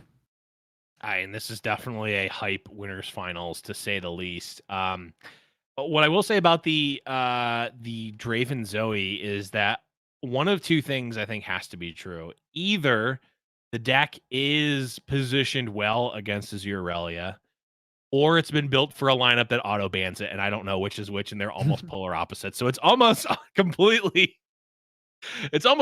useless to think about the difference between those two. But here is our bracket right now. Of course, we just saw Filthy Gamer Weeb close it out. We'll be playing against Majin Bay. But on the bottom, we've got tenx going to be playing against Floppy, Mudkip, and Heni going up against Ian Noguera. So a lot of Legends of Runeterra and high-level Legends of Runeterra still left to be played. Yeah, plenty to go in this Smackdown Battle of Titans in every single match. All of these players have done so incredibly well in the seasonals and plenty of other tournaments. There's so many Worlds qualified players in this lobby already. So it is exciting to see them fight up against each other. And I mean, Majin versus Filthy Gamer Weeb. Have we had this matchup before anywhere, Blev, that you can remember? Not on Fight Night, right? Unless it was on a an unbroadcast like first round. Because Filthy Gamer Weeb, they are still on technically their first Fight Night run. Yeah, that's right. And Majin hasn't been here for any of these, I don't think. I think he's coming back after a couple weeks off on he might have been on the first one. I think it was either on Filthy Gamer Weeb's first Fight Night or the one right before that. But I think he had like a middling performance, maybe a top 4 or an 0-2. I don't know. But either way, we definitely haven't cast this match in Fight Night, so it's definitely going to be a first from that perspective. And I mean, it's really a tale of two stories. Like you said, the sort of perennial champion and the new hotness, if you will, in terms of like the player that is popping off in Fight Night. But also it's Majin has got a little bit of both, right? He's got the Azure Aurelia, the known quantity, the boogeyman, if you will, but also this new Zoe Draven deck, which Chad is saying probably has at least a pretty good theoretical matchup against Azure Aurelia. But everyone thinks that they have a good Azure Aurelia matchup until they get punched in the face, aka get attacked multiple times with Blade Dance, right? Everyone's got a plan until they get punched in the face. But Filthy Gamer Weeb on the other side is saying, yeah, I'm just going to play the two best decks, and I play them well, and I'm putting forth two very proactive good decks. You can go ahead and try to counter them. My brother tried to, didn't work, right? So I think it's two titans of Legends of Runeterra right now, with also two sort of separate mindsets coming into this, which is very exciting to see. Yeah, absolutely. His brother tried to counter him, but he just put him back in the dirt, and once again, Filthy Gamer Weeb finding their way to the winners final, looking for yet another grand final back to back to back to back. Absolutely crazy stuff out of him. Yeah. And another story that we potentially could see, Ian Noguera still alive in the losers bracket. Yeah. Ian and Majin, they're the ones we coined to be on B4. It's true. As they just kept running into each other after that seasonal final between Majin and Ian. I haven't seen them against each other in quite some time. I would love to see it again, but that would require Ian to make it all the way through the losers quarters, the losers semis, and then make it to the losers final. And Majin would either have to be there, or he's got to make it all the way to the grand final to face off against Majin, depending on the result of the winners final here. But that's one to keep our eyes on. If we get the narrative that is constantly reared its ugly head of Ian Nogueira versus Majin Bay. Yeah, a classic at this point, but yeah, definitely a possibility. But Filthy Gamer Weeb, putting their mark and saying, you know what, no, I'm gonna let these boomers play out. I'm just gonna come in and dominate them all. It doesn't matter. Yeah, you can play out your losers finals rematch, blah blah blah blah blah. Who cares? I'm here now. I'm here to win. Let's take it for sure. I mean, it's definitely possible. I mean, it Filthy Gamer Weeb has absolutely been on a tear, but also, we've seen Filthy Gamer Weeb play in seasonals before. They haven't won a seasonal yet, so obviously, they're not infallible, right? They're a top ladder player as well, and now starting to really get into the grassroots tournament scene. It really only takes one bad loss to really, put someone back in their place, so to speak, really kind of ground someone. But we're going to have to wait and see if Majin is able to do it, as we've got the mirror match here in game number 1, Majin Bay versus Filthy Gamer Weeb. Yeah, here we go. We're going to get the mirror match, as you mentioned. Azir Aurelia versus Azir Aurelia, but this is two slightly different styles. It's actually very few cards different. However, I think the impact of those differences is huge. Yep. Because Filthy Gamer Weeb does have on average, lower curve. Is going to consistently just be playing these lower cost elusives, whereas if the game extends, Majin will be advantaged with his late game, build a board workshop setup that he has, with being able to get these very wide boards of, Voice of the Risen, Azir, and just use these backline threats to continue to create pressure. So it's going to be a matter of, can Filthy Gamer Weeb get off enough early that they don't run into problems later on in the game. But Majin missing champions but hitting Voice of the Risen is definitely not something that he wants to be seeing. Yeah, again, Voice of the Risen, really a pretty big whiff when you don't have it turned on, right? It's a 4-mana 3/4, which is just not a card that you want to be playing in a deck like this. Sparring Student comes out, which is nice. I mean, the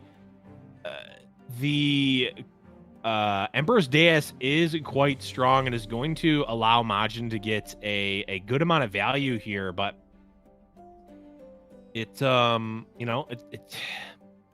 not be enough. I'm not sure. It's gonna be tough. I mean, the attack can come through here. Filthy Gamer Weeb's gonna get a free block onto the Sand Soldier. Not really any great blocks. I mean, Filthy Gamer Weeb could 2-for-1 himself here. Looks like he's going to with the Shapestone, which is fine. I mean, the duo's not doing anything because the droplet's there. Now, unfortunately for Filthy Gamer Weeb, Majin has the duo, which is scary. But speaking of scary, there's Aurelia. Right on time. Yeah, Aurelia coming in at a great time, because Filthy Gamer Weeb had an incredibly weak turn. Did not have much to do. But because of the Aurelia, is going to be able to pump up this Sparring Student and create an attack for themselves. And also will be able to continue to put out pressure over the next few turns, because Blossoming Blade on 5, and then at least having Aurelia creating a flawless duet on your next attacking turn is going to be super important in continuing to keep this pressure up. Because, like we said, there's not many cards different, but because of the cards that are different, Filthy Gamer Weeb is the one that wants to be as aggressive as possible early on. Yes, you can say Majin wants to do the same. Yes, he absolutely does. But Majin also has more late game threats, has more late game ways to play than Filthy Gamer Weeb does. So he really has to be just pedal to the metal for Filthy Gamer Weeb. Yeah, absolutely. And I mean, Blossoming Blade obviously does that. Now, I'm not. Problem is Majin's not necessarily able to put on too much pressure here. Yes, the duo is going to be big, but it's not. I don't think it's going to be big enough.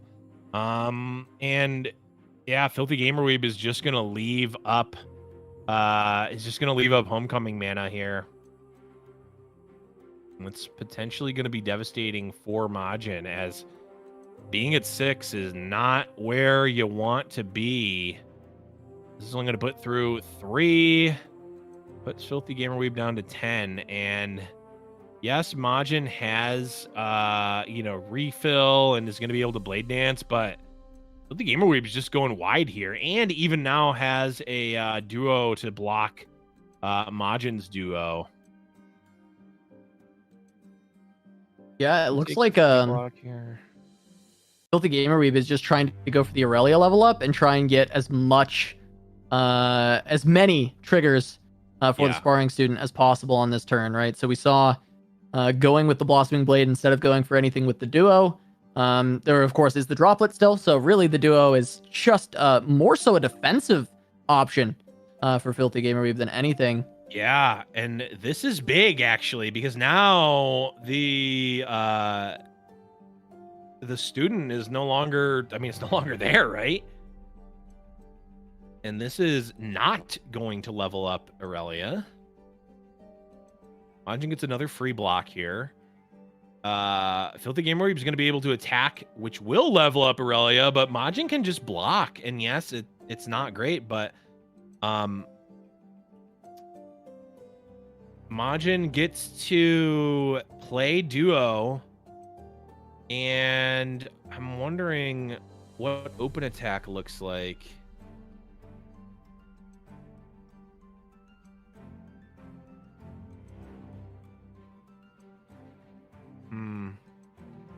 There's not really good blocks here. I almost want to block with the 4-1 instead of the droplet, actually. 4-1's not. Well, I guess 4-1. I guess it just gets eaten by Aurelia, right? It was the thought process. And maybe the 4-1 can provide more pressure on offense. Yeah, now Voice of the Risen, just a vanilla 3-4, not what Majin wants to see. And the duo also not super great. Now, Majin can go for a draw here. Go for a card draw, not for a game draw. Can lead and follow the droplet and rip a card off the top. Looks like that's what he's going to go for. The problem is with no additional pumps, this wide attack is just not even scary. Ribbon Dancer, though, yeah, this is just going to get blocked out, I think. Yeah, it looks like Filthy Gamerweeb has enough blocks. They're going to have enough blocks. Because, like, this can just... you've got a free block on the Sand Soldier. I think that leveled Aurelia should be able to come through because of this. Because of the fact that Filthy Gamerweeb survives this turn, I think that Aurelia generating more flawless duets, and also the fact that, he's Filthy Gamerweeb's got more ways to recall, has another flawless duet for this turn from the recall. Yep. I think the leveled up Aurelia is going to be able to find the win over these next few turns. Yep. This is... And Majin can just press skip block here, which he correctly does. It really is that duo, unfortunately, for Majin. If the duo wasn't there for Filthy Gamerweeb, this would actually be this would actually be a game. Majin would actually win here, right? But I don't think that this attack is threatening enough to force anything. You can attack with the 3-4 that just trades with the 4-1. You're not, or Filthy Gamerweeb just takes the free block with the unit that's going to die. Actually, attacking with the 3-4 is no good. Not really any. I don't think there's really any value in doing that. But either way, I do agree with you. I think this one's just over in favor of Filthy Gamerweeb.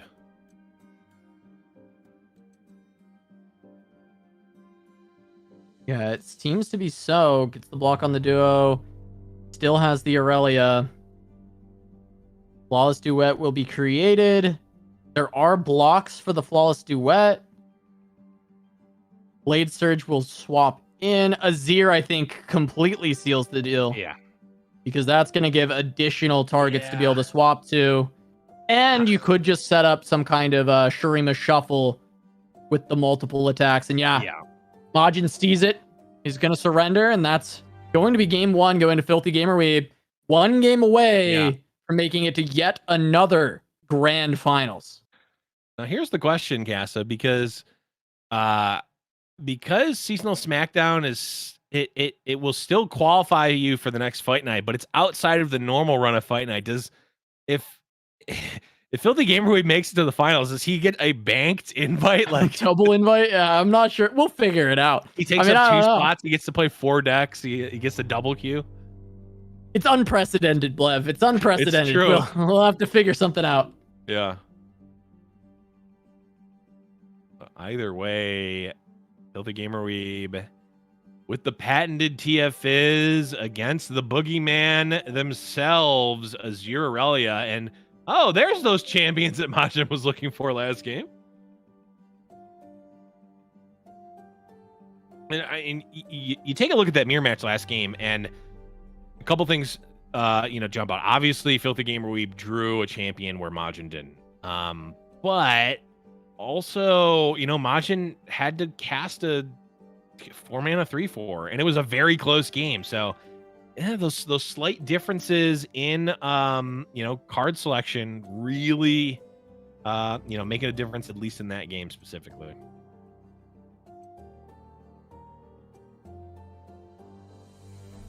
And now it is TF going up against Azir Aurelia. This time the champions are there for Majin, so I'm sure he is happy to see them. Couldn't find Aurelia or Azir in the previous game. Yep. This hand looking a lot better. Absolutely. Here, I'm trying to think what I like. You really can't go too wrong with Azir. Majin actually going to take the pass here. Very interesting. And now the dais comes up, but it's a little bit clunky. You can't play a champion and the dais. And I'm wondering who is going to benefit more from this passing here. I mean, yes, Majin has a great, go wide boards, but Filthy Gamer Weeb, I don't know. I don't know if I like taking that pass if I'm Majin. It's tough. This is a really interesting game state already, and we're only in the wee turns of the game. Yeah, Filthy Gamer Weeb looking for those big combo turns, right? Gonna be looking to try and go wide, get a ton of the damage in. Majin passes an attack token because Daring answers this duo. Now we get the suit up. Sporo's more threatening than the duo. Yeah, I mean, Filthy Gamer Weeb is just burning attack tokens from Majin right now, and also burning, each attack token that's burned is progress on Azir that's not happening. It's attack triggers from Aurelia that's not happening. Now it looks like Majin sees, gets a little bit more set up, and also sees, the shields are down a little bit from Filthy Gamer Weeb, and this is at least going to set up a decent open attack action potentially. It's going to go with Aurelia here. Fortunately, I don't think Aurelia is long for this world.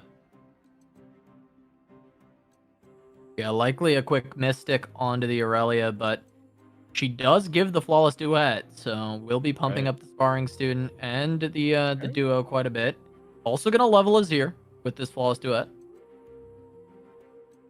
Yep, which effectively levels the voices, which now means all of these little attacks that Filthy Gamer Weeb in the last game could get free blocks on, that is going to no longer be the case. Getting 5 through here. Attack number 1. Another burble coming through. I generated a rummage.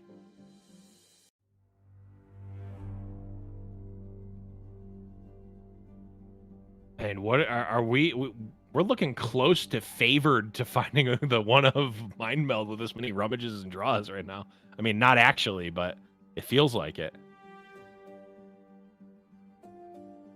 Duo coming in finally. I think it all comes in here. If we're seeing burn spells used on Azir, I think I'm still fine with that. Maybe not. Maybe you just want the Azir for the attacks next turn, but it's like Majin is just choosing the order of attacks here. All right, that's a leveled up Aurelia. That is a lot. Yeah, when in doubt, just attack. Okay, yeah, it makes sense not to attack with the duo because that would be costing you a Sand Soldier.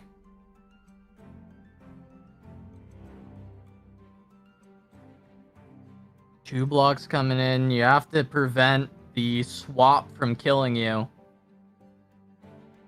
Yep. So you have to put a body on Aurelia because she would just swap with the sparring student and push too much. Yep. Okay, this is going to put Gamerweeb to 6. I feel like you probably could have swapped there to get an extra couple of damage in. It doesn't. Oh, Majin's just going to attack again, I think. Lead and follow, and then have both of the swaps available for this final attack. Sure. Yeah, and you can lead and follow the student. Doesn't really matter. Everything is basically everything's going to be lethal, right? So you get to play around, kill spells. Although, get excited on. Actually, get excited on Aurelia. It doesn't even matter because you can just use the kill. You can just use the swap here. Yeah. Yeah, this is just gonna be over. Yeah, Majin's gonna be able to find it, and we're gonna have Tia Fizz versus Draven Diana. It's a final game between these two. Like the slow play from Majin, I think it paid off. I was with you initially. It felt a little bit too reserved, but when we look at the result, we look at what he was able to build and construct afterwards by playing slow on some of these and not getting blown out by, scare cards like maybe a red card from TF or a gold card even, finding a kill on one of the stronger members. Making sure he always had that mana backup for the lead and follow. Yep.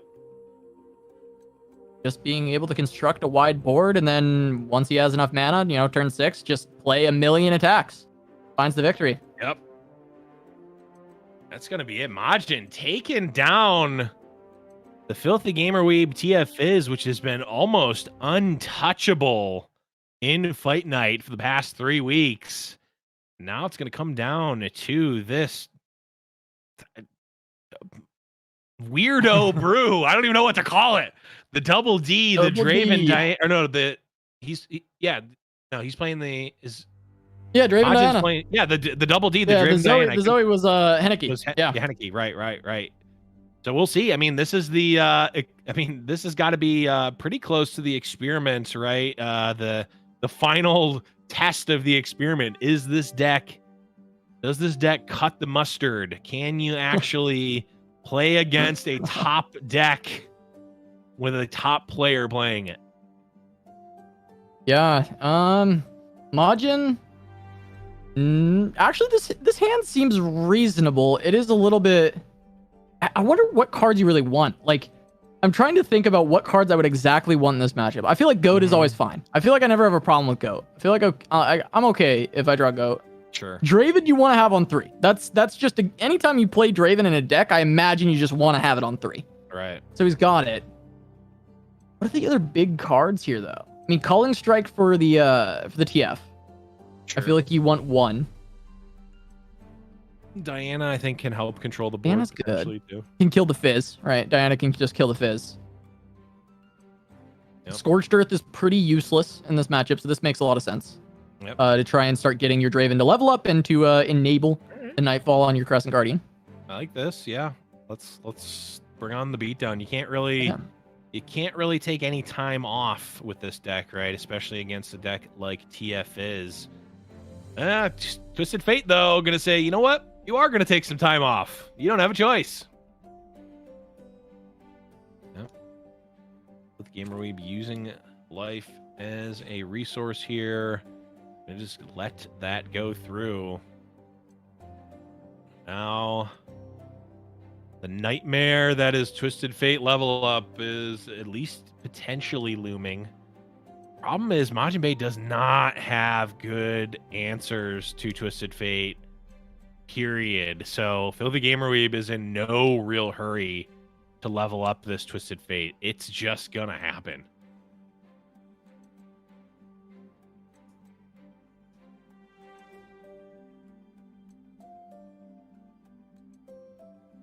Yeah, that is a pretty nasty hand for the TF, and no culling, no Hush could do it a little bit. It really isn't much of a help when you're stopping the TF level up.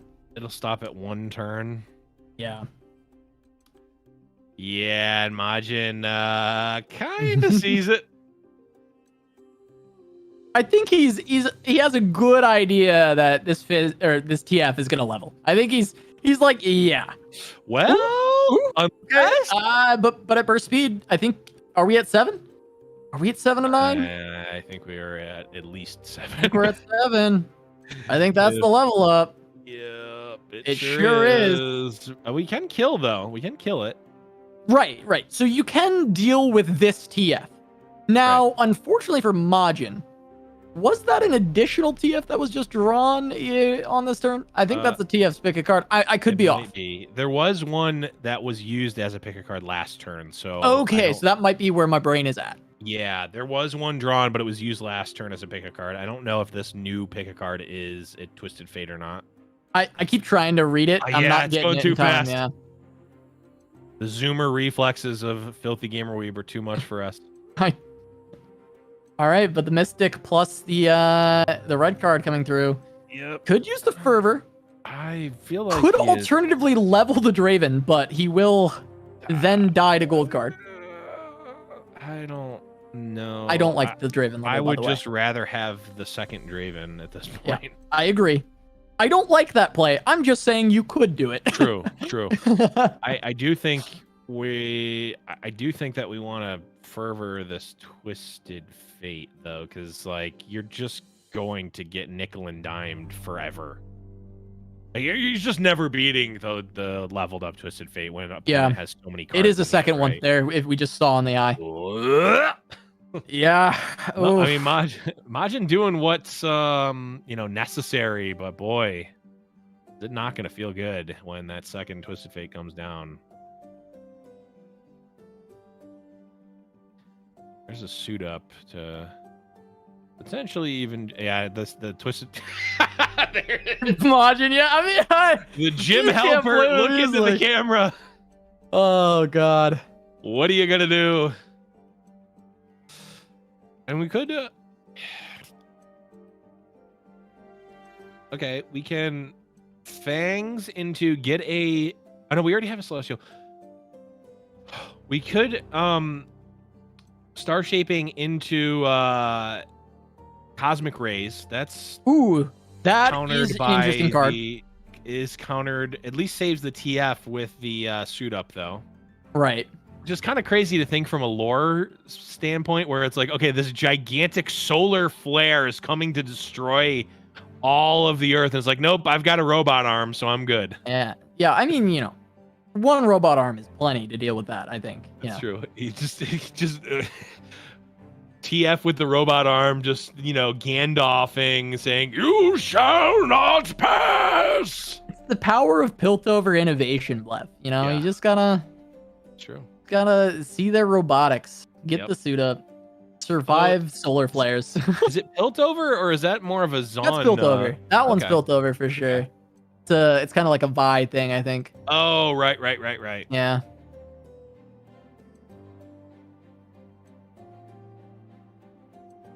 They both have good innovate. I'm sure Zon has some ways to make you immune to solar rays. If you can be immune to the sump, I'm sure you can be immune to everything. You might just be fine if you just take a glass of sump a day keeps the solar flares away. You know what it's the classic The classic. Zonian they teach the kids they teach Zonite the orphans proverb, really. They teach the orphans in the Zonite sewers of that proverb. Yeah, I believe it's Dr. Mundo that prescribes that one. Prescribes a glass of sump. Yep. Gonna be a big attack coming through. Star Shaping, Cosmic Rays is found, right? Yeah, actually binks that, but it's a lot of damage coming through, and you mentioned the suit up. Yeah. There's 11 coming through. Now, and Cosmic Rays is such a commitment too, Blev. I mean, it's so much. It really is. And the problem is, not even there's not even any dancing around it. It just has to come out, and the suit up's gonna come. You just suit up the TF, but now you have the Poros to back it up. You have the the Poros. You have the 5-2. Filthy Gamer Weeb. Back to back to back to back. Yeah. Grand finals appearances in Fight Night. 2 wins in a row. 3 finals appearances. Now it's the 4th finals appearance. If he can pick up yet another win, I mean, just insanity from Filthy Gamer Weeb. Yeah, I mean, this is new territory, right? I mean, this is not even. I know Stan had 3. I don't know did Stan have 4? Was Stan finals appearances? I think it was 4 finals appearances. It was 3 second places into a first, I believe. Into the first. Okay. And that was the longest run that someone has been at Fight Night. So Filthy Gamer Weeb officially tying the longest run with this performance here. Like you said, absolutely. I mean, the name implies it. Absolutely filthy. with the disgusting. Yeah. Just disgusting. It's covered in sump, head to toe. Dripping in sump from head to tippy toe. He's been getting his daily supplements for sure, and it's just been working out. I mean, I don't know what they're just built different, actually. Yeah. But Filthy Gamer Weeb going to be our first grand finalist. Majin Bay going to be waiting in the losers final for their opponent. We'll see if Majin can come back for a rematch. But for now, we're going to take a short break. When we return, more Fight Night Legends seasonal Smackdown. When your turn.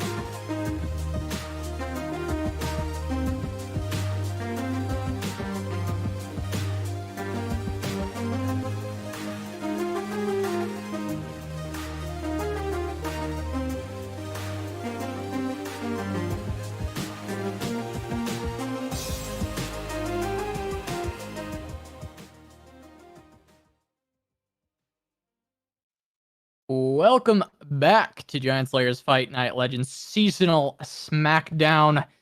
We just got our first grand finalist. It's Filthy Gamer Weeb yet again, 4 times in a row, making it to the grand finals.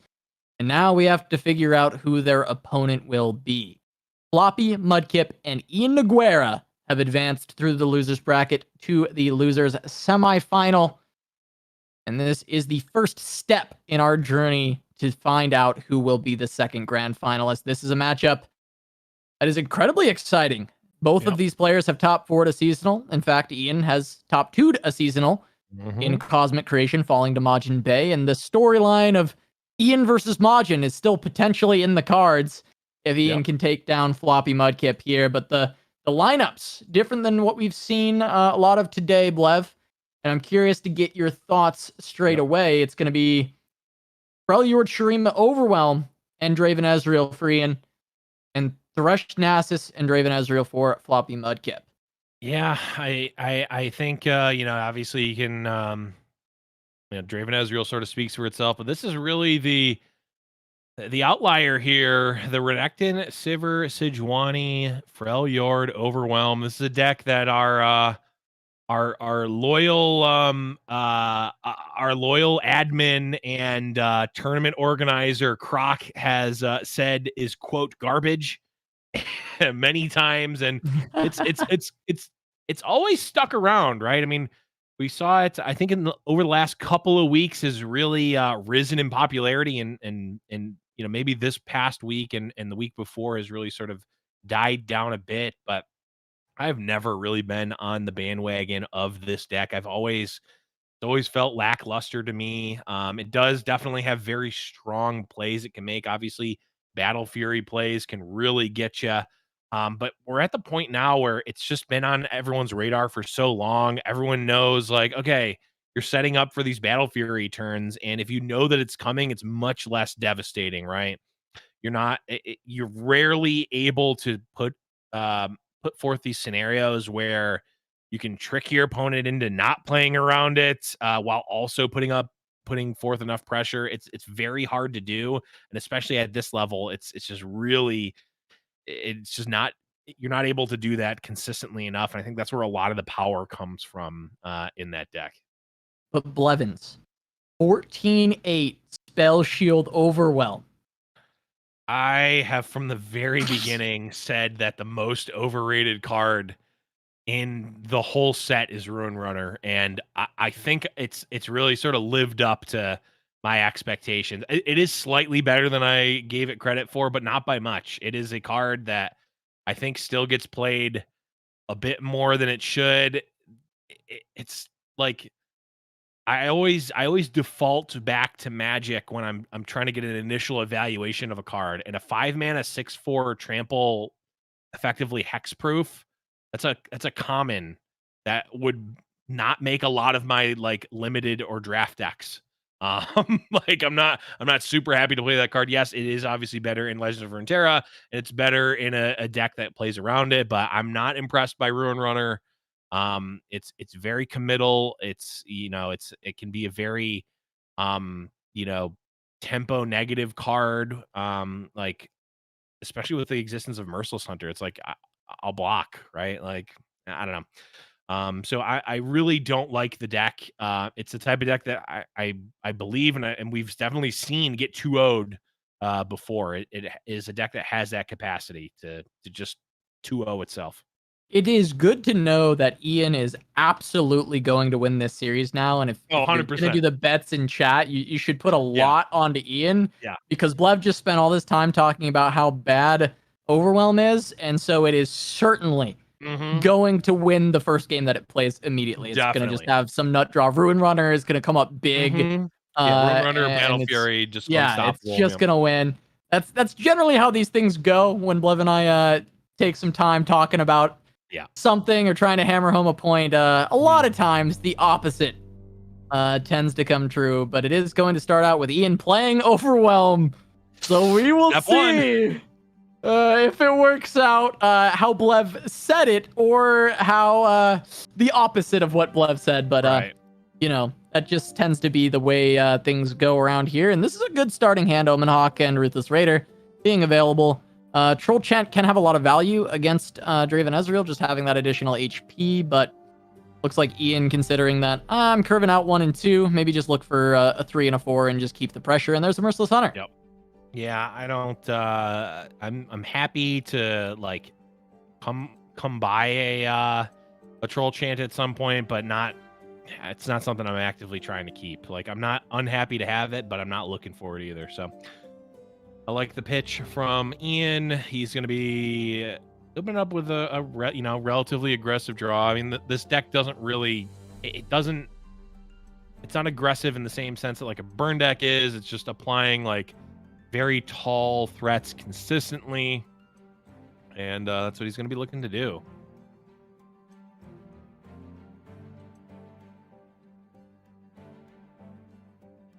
Looking to go potentially has the Merciless Hunter to respond to any 3-drop and just grant it vulnerable. So if we see Draven on 3, which is a pretty common play, gonna be a good response to just go for the grant the vulnerable. Merciless Hunter feels really good in this instance. And you're actually going to be able to play Renekton on your attack token with the ability to challenge something. So that is incredibly powerful to have without even having to bank that mana for the exhaust. You don't even have the luxury of banking that mana, but being able to actually find this pull is really, really nice for Ian. Is just going to be a quick thermo, though, as the response. And we may just see Ian trade down across the board. Get rid of the Draven. Yep. Going to be a decent amount of value for Floppy Mudkip. You know, now has 3 axes. If there's something like a Rummage in hand, all of a sudden your hand is looking much better. Ian really kind of looking at these are the types of there it is, Casa. The pumped up Ruin Runner into the into the Battle Fury. Battle Fury. Not gonna be able to happen over the next 2 turns, but I mean, in this matchup specifically, Ruin Runner is quite good, especially when it gets pumped up. And Battle Fury also quite good as well. So I might just be eating my words. Especially since, if the way that this is playing out, Ian might be, not setting up for their next attack, but the attack token afterwards could be really big. And all the while, I mean, this Yeti could come out now. The Yeti could, wait a turn or 2 and get even cheaper. Just go for the Ruin Runner now. Okay, another Ballistic Bomb.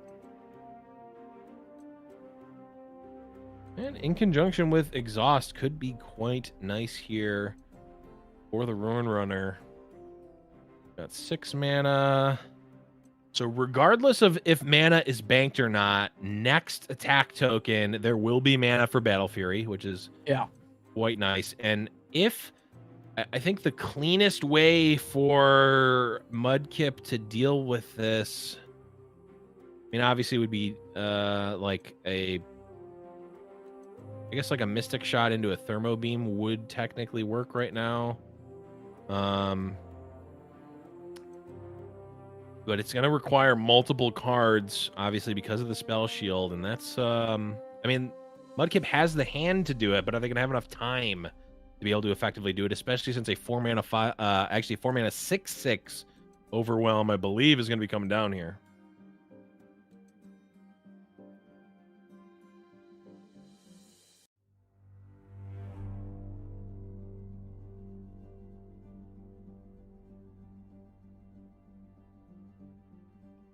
Yeah, 4-mana 6/6 feels good. You could go for the Exhaust. It does close off Battle Fury on the following turn, but like you said, you'll still have Battle Fury for the next attack token, which is the most important part. Exhaust could just create a way to protect the life total of these 2 Overwhelms. Right. While also getting rid of one of the Ballistic Bots. Looks like the Ruin Runner is the one that Ian is going to value the most, which it does check out, right? You want to have the Spell Shield on the Battle Fury target. Just going to throw away the Omen Hawks potentially for an additional damage. Yep. He'll get that in.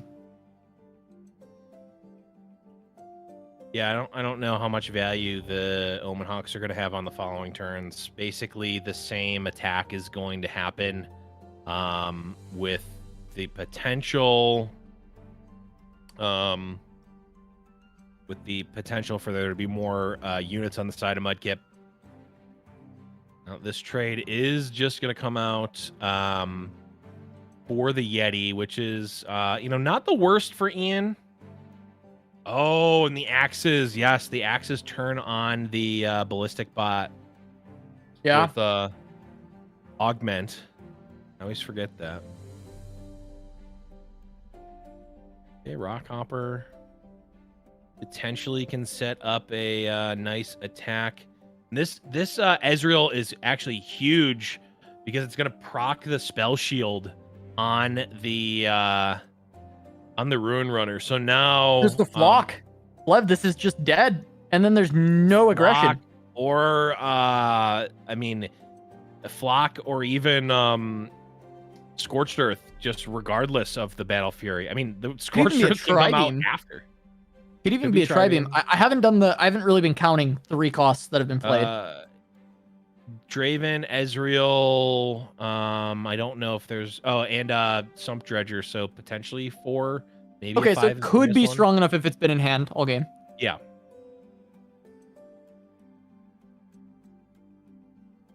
The problem for Ian is well, if Mudkip let's say open attack comes out, Mudkip goes block Hawk, block Rune Runner, or not Rune Runner, block the 4/2. Oh yeah, Flock just Flock. Down, yeah.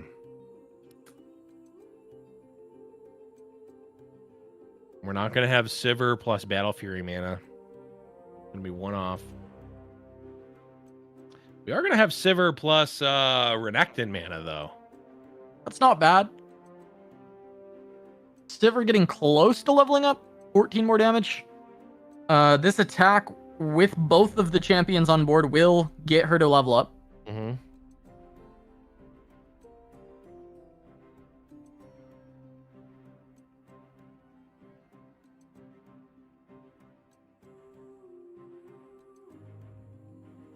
And with Ian at 15, I don't know how afraid he's going to be of dying over the next turn, but the Ezreal is going to be able to do some work potentially.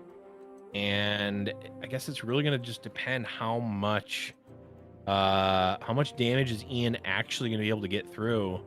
Because if Mudkip just passes here, I mean, the attack is fine, but it doesn't look like amazing. I don't think if Mudkip passes here, I don't think you can just play Renekton. As Renekton will trade for the ballistic bot, which is not great. I guess you would probably just attack with the 4/2 and the Sivir. And there's the Captain Farron, which now just makes it so I guess Omen Hawk with the Hawk, so you can even attack. And again, that's the same attack as before, except now your Omen Hawk is getting thrown away as well. So it's not a super great attack. No, I guess it's not bad. I mean, it does force blocks. Yeah, level Sivir, I think, is maybe the reason you do it. Ballistic bot though can trade with your Renekton. In that case.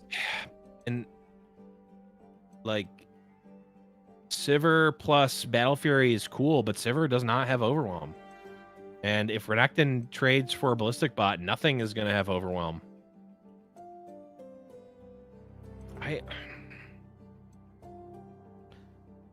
There's a part of me. Well, the problem is you can't even not attack because you're just going to die to the Farron plus decimates, which I think is likely still going to happen regardless. Okay,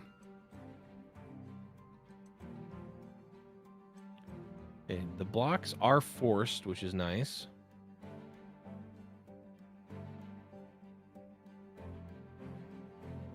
Mystic shot on the 4/2. Yep. That'll prevent the Sivir level up as well. Needed all of the damage. Yes, I mean that's unfortunate though. I don't know that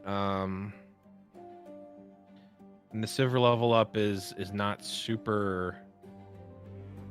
Well, I guess it actually is pretty relevant because now Silver doesn't even trade with Farron. And another card drawn. Omen Hawk, not what Ian is looking for. Another Ezreal is not what Ian wanted to see either. Yeah. The thing with the Sivir level up is Battle Fury also would have allowed Sivir to block Farron and survive, theoretically. I'm not sure if you would have wanted to use it in that way, but it would have been an option. Right.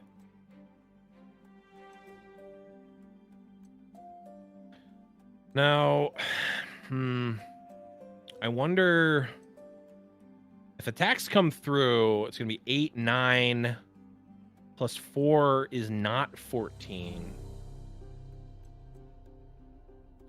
Does Ian just say skip block, play Omen Hawk, and then open with the Battle Fury? Battle Fury on the Merciless Hunter. Or I guess you can, no, actually you can just pull both. And then you Battle put Fury it on the Sivir. Yeah. Oh my god, that might be it, but you're dead to anything fast speed, right? But maybe that's the best play. Are you play. not dead anyway? Like, right. That's the thing. I think you're probably dead anyway. Yeah. So that might be the line. That is the best way to try and win. Ooh, but there's a Tri-Beam. You might have to Battle Fury this. Oh, and Fight Night, of course, gonna be going into VR this week as we're transported to the digital realm. Television. And we're getting sucked into the television, and we're gonna be casting Fight Night from the sidelines. Classic Ian. Jokes on them. I have no idea what that ad is for. So yeah. We not even we cut away before their advertising got anything done. Yep. I think that the line still stands, although actually that's gonna be for 4. It's gonna be 7. Take 4. Yeah, I think you just you rip. Oh, it's so close because I think you can rip the Battle Fury here. I think you have to rip the Battle Fury. I think it's the only way that you're winning.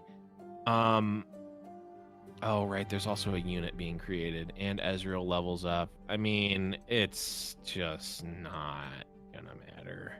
Yeah, you probably have to block too much. You can't actually. Yeah, now you have to block with you have to block. So now basically.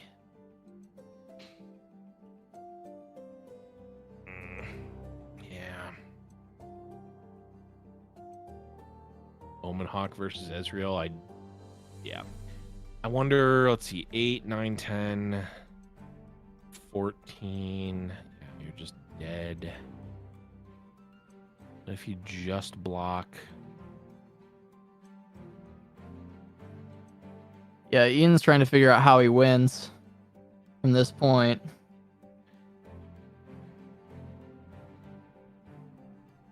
What if you wait. No.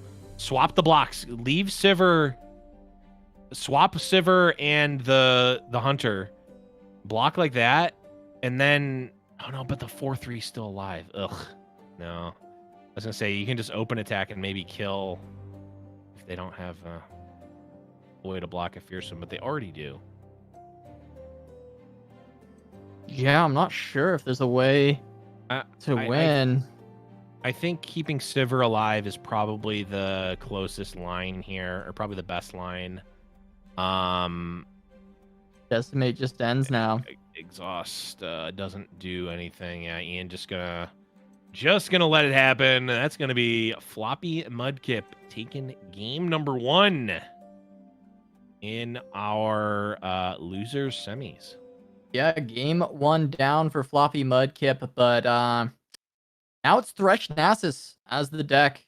Just has to find one win against Ian's lineup, against Overwhelms and Draven Ezreal. And I think, Thresh Nasus always a very capable deck at picking up a win and find those really good early game draws and sometimes find an early win. But even if they don't, it can get that late game Thresh the Nasus to just put it all away.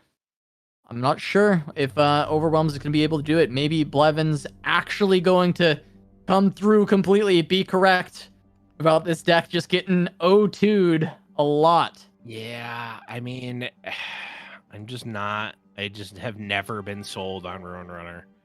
People were very, very. I remember the when it was revealed on Swim's stream, like one of the first reactions to it, people in chat were just saying how broken it was, and I'm like, this is like a barely playable limited card. But it's certainly, I think, been somewhere in between our two estimations, but I'm leaning towards closer to mine.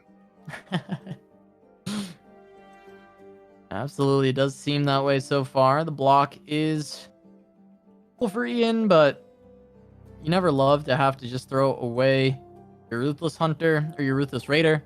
Mm-hmm. Looks like maybe gonna go for the combat trick and just try and get a favorable trade. Yeah, I guess this turns Shapestone into a Blade's Edge, which, I mean, I guess if you had Blade's Edge in your hand, you'd probably cast it there. So it's, I guess if I think about it like that, I'm not too upset about it. But also, like, there's a Blade's Edge in your deck now. You put a Blade's Edge into your deck.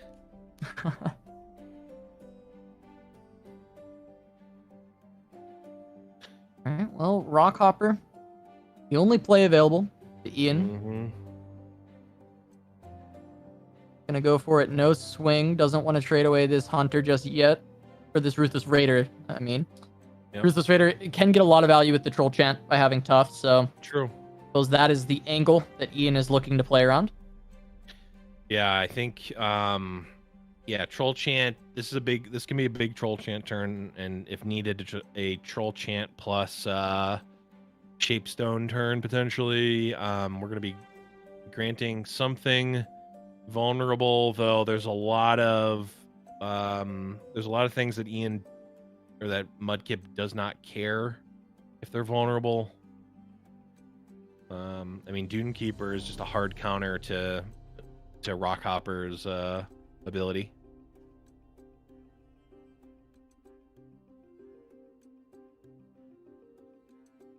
I wonder if Ian's okay with this.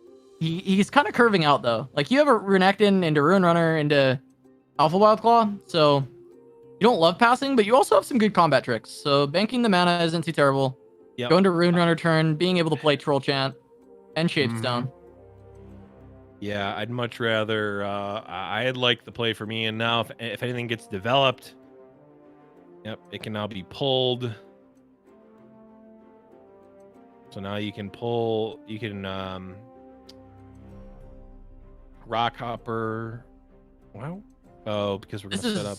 Gonna play the Troll Chant, I suppose?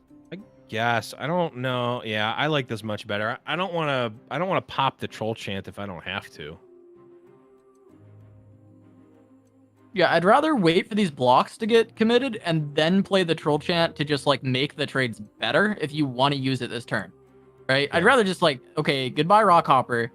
Now I can, like, Troll Chant buff up my Ruthless Raider and, you know, prevent some of this damage. Yep. Onto the Ruin Runner as well, potentially. Like, you put, you know, the 2 health onto the Ruthless Raider, -2 attack. Protect your Ruin Runner. You don't actually need to play anything, though. No, you really don't. Though, and this does give Floppy additional slays. It now Ian just has a 6/1 on board. Okay. It's not the worst for Ian. I think, you know, obviously you don't really want your opponent to be drawing cards, but if it's at the cost of them developing, now they have no board. Going into, I mean, you know, full mana turn, but, you know, you can go card for card here with almost whatever they play.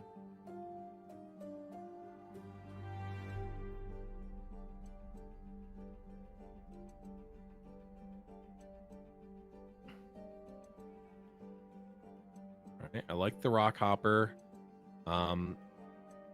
if Thresh comes out now and tries to value trade, it's going to have vulnerable. And there's going to be a Renekton to follow up. And also, likely not going to be able to value trade as a Shapestone just going to come out. Yeah. Shapestone could be great. Plus Troll Chant can actually keep both alive. Yeah, holding on to that mana earlier, banking it, paying dividends for Ian. Yep. Completely attack, taking control of the board. Good. We're going to have what? 6, 9, 13 coming through. Wondering if there's really any Black Spear.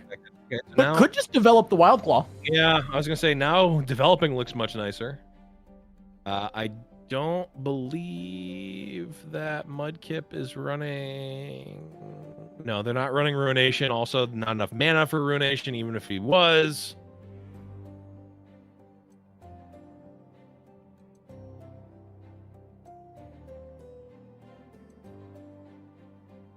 In probably calculating how big a Nass this is.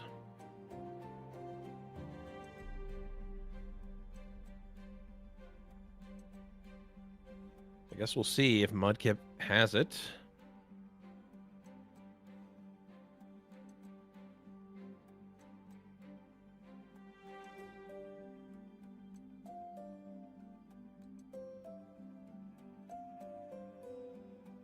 Merciless Hunter is going to be able to block a little bit of damage here. Can only block 3 at most. It's just going to be Ian pushing 13. Clearly, I would say no Nasus, or the Nasus is not that big. Rune Runner looks like it's just going to be icing on the cake. I feel like we would need a giant Nasus plus a Nasus bonk, and I don't even think we have the first Nasus.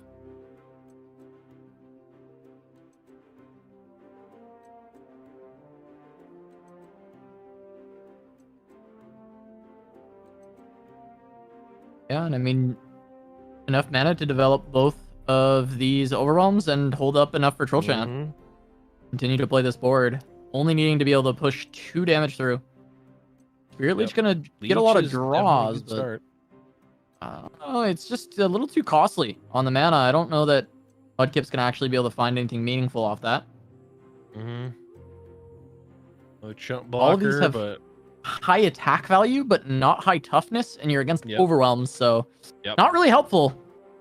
And Ian gonna tie it up 1-1, gets the win with overwhelms, and now Draven Ezreal against Thresh Nasus. And this is Draven Ezreal piloted by Ian Noguera, the one who took this deck seemingly out of nowhere. People didn't really think that this deck was very good at the time, and Ian took it all the way to second place in the seasonal. We know he is, seasoned on the list. He's very good at it. He's a name that nowadays we do think of when we think of this deck. And for good reason. He's a very strong pilot on the list, and we'll see if he can take down Floppy Mudkip on Thresh Nasus in this game to move on in Fight Night, move to that loser's bracket final. Absolutely. Sees the Draven, it keeps an early Mystic shot to deal with some early aggression, which is certainly a way for Mudkip to get ahead, but that Tri-Beam is just what the doctor ordered for Ian, as and we talk about it time and time again. The deck is all about tempo, and there are a few cards in the game that can give you a bigger tempo swing than Tri-Beam and Probulator.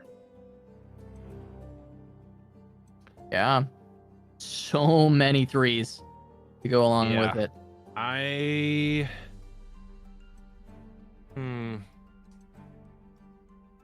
The question is, how greedy does Ian Noguera want to get? He really wanted to greed that 3-mana beam. You could see it. He really wanted it. I don't like taking the 3 here. I think you put the Mystic Shot on the other. You're gonna have the same option next turn. I guess you can do. Ooh. Okay, this is fine. This is giving you the, I guess, good value, giving you value Ooh, off Thorn of of a the Rose. 1 mana Tri-Beam. Thorn of the Rose is fine, and it's not super great against Floppy's deck in general, as basically everything trades up. Yeah, I into think it. it's the only reason I think it's a fantastic draw here is because of the fact that you have the Tri-Beam, and a lot of the units that Floppy plays are very high attack, low toughness, just like the Thorn. So they end up kind of trading even-ish, right? Right. Like some of them are lower costed, so you don't love the trades, but they're overall all right. They're overall just fine. You're gonna get okay trades. Maybe you get some value out of the stun, or it becomes discard fodder for the get excited. Really, the fact that it's just another 3, because that tempo swing that you do get from the Tri-Beams are so important. Absolutely. And now Mudkip gonna be going for the value trade here. I guess this is does Ian want to protect the Draven or protect his life total? Looks like he's looking towards keeping the life total high, which I like. Draven, the value being generated from Draven is not super relevant, I don't think, in this matchup, or at least not in this scenario. Okay, probably a glimpse here. Yep. It's unfortunate. That's definitely what you want to try to prevent. The Tri-Beam tick, I believe, still does come through, though. So I think the Tri-Beam is going to be at 3 right now.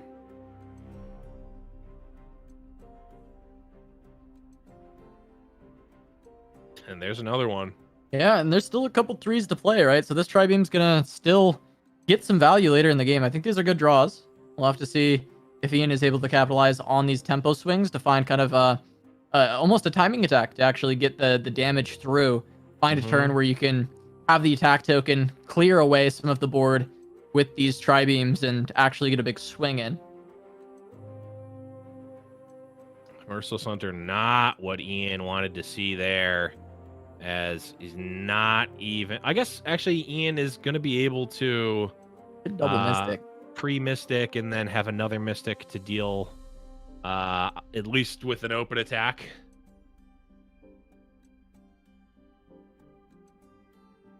I would have much rather not had to essentially tie up his mana immediately.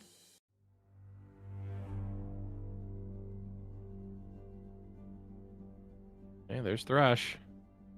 4, so could throw that on Thresh and then use the Mystic to deal with him, but that does mean that you are going to be just kind of sacrificing to this Merciless Hunter. I like Thorn here. If there's an action, then Ian is able to stun either Thresh or Merciless Hunter, depending on what they want to do. This attack, you're really only going to be able to do the isolated attack onto Ezreal safely, as obviously the 5/1 can block the other. Okay, now Guile can come out and stop one of these. Yep. So this basically is going to save the Ezreal.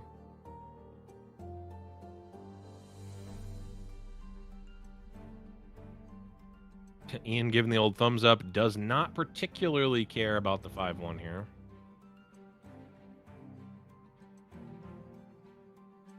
Yep, Mr. Shot likely going to go on the 4/1 to save the Ezreal.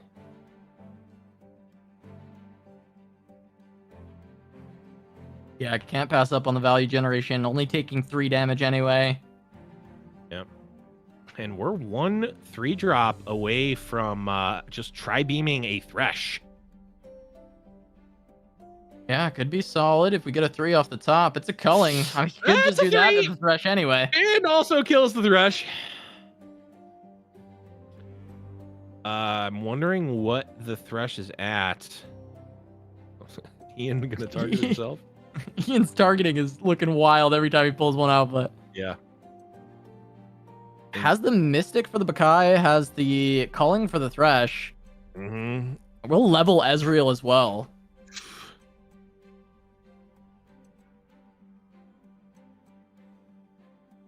Yeah. So now I think Mudkip probably has to go for kill in response. What did they even play here? Black Spear is going to be a way to answer Ezreal. Right after the fact. Correct, right. It would be after the fact. Yeah. And there's only one in the deck, so Right. possible that it's not found. From there, I mean, it's just like another glimpse to answer. There's not actually a great way to stop anything. I think the lose condition here for Ian is a gigantic Nasus into Atrocity. And we're not seeing it yet. Captain Farron, okay. Win condition online for Ian, not to mention the tri-beams.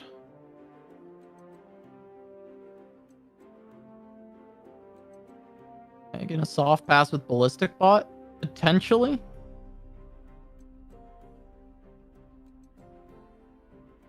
What was that thresh at? Was it 3 or 3 of 4? 6. 3 of 6. Okay, so you're not worried about you're not really worried about a level in response. And if there's a second thresh played, you go tri-beam for 6 with an Ezreal trigger and whatever's created. I don't think there's any like devastating lose the game or randomly put yourself super behind 6 drops out of tri-beam. Yeah, I think they'll always just be some kind of stats. Like, you're always going to be okay. Right. This is just pushing some damage. Well, now Nasus is... it's possible Nasus is at 9. I don't think he's very big yet, but 9 would be feasible. Sure. But can't... Ooh, I wonder... Yeah, if Nasus comes out now... Oh, Black Spear. Okay, the one of Black Spear. Okay. That's going to help a lot, but there's still the potential of these tri-beams just creating so much pressure. I wonder if Ian's just supposed to play Captain Farron there, because like the follow-up to that turn was just so lackluster, and now I guess you have Farron plus big tri-beam, which is nice. But like, if Nasus is bigger than Farron here, it's not good. Yeah, if Nasus is bigger than Farron, do you actually just tri-beam the Nasus and just probably make it so that if Nasus wants to attack, yeah, he has to block the Farron and trades? Right. That's probably what you have to do, but I don't even know. Like, Floppy Mudkip's not super low right now. That's the problem. So like the Farron is kind of threatening to end the game, but not like immediately. Putting a whopping 1 additional health onto the board is probably not the line yet. Block 6, go to 8. I mean, this is still... I guess maybe if Nasus was at 8 playing that. Ian, I think, calculating if he needs to just go for, like, lethal now. Because if it's... if Nasus is at 9 now... Attack can come through, you block, you go to 8, you're dead to 2 decimates, but you go Nasus, and then you can Atrocity faster than they can decimate you if the Nasus comes out now.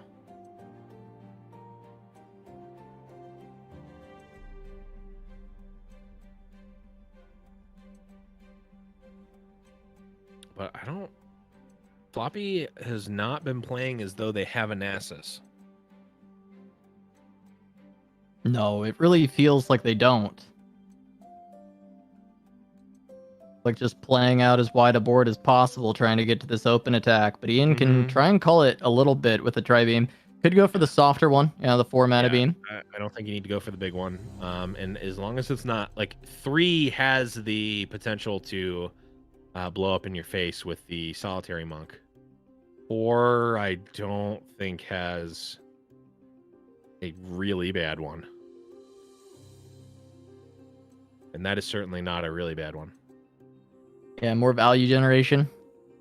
Yeah, I mean, challengers. It doesn't kill any of your units, it doesn't cost you health, and it blocks. That's really what Ian was looking for. Also, it blocks Nasus potentially if needed.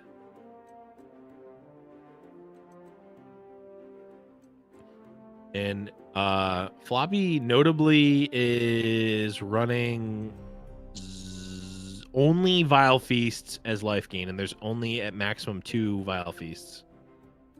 So I guess 1 Vile Feast would keep Floppy alive from just the decimates, but actually not because of the ignition. So Floppy figuring out a line here. The problem is they've got nothing on board. Okay, there's Nasus, but it's not big enough. Yeah. Do you have Nasus plus Atrocity? You go block, block, block. You take 1, go to 8.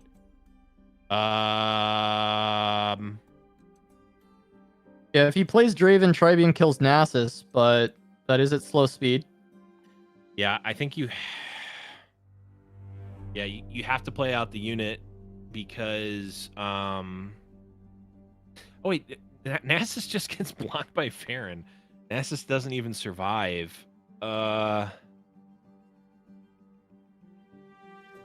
I don't think there's a way, even if last card is Atrocity.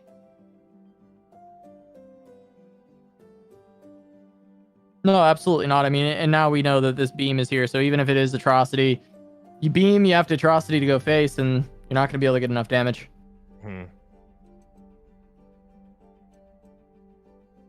Looks like Ian should be cleaning this up. Yeah. Wow.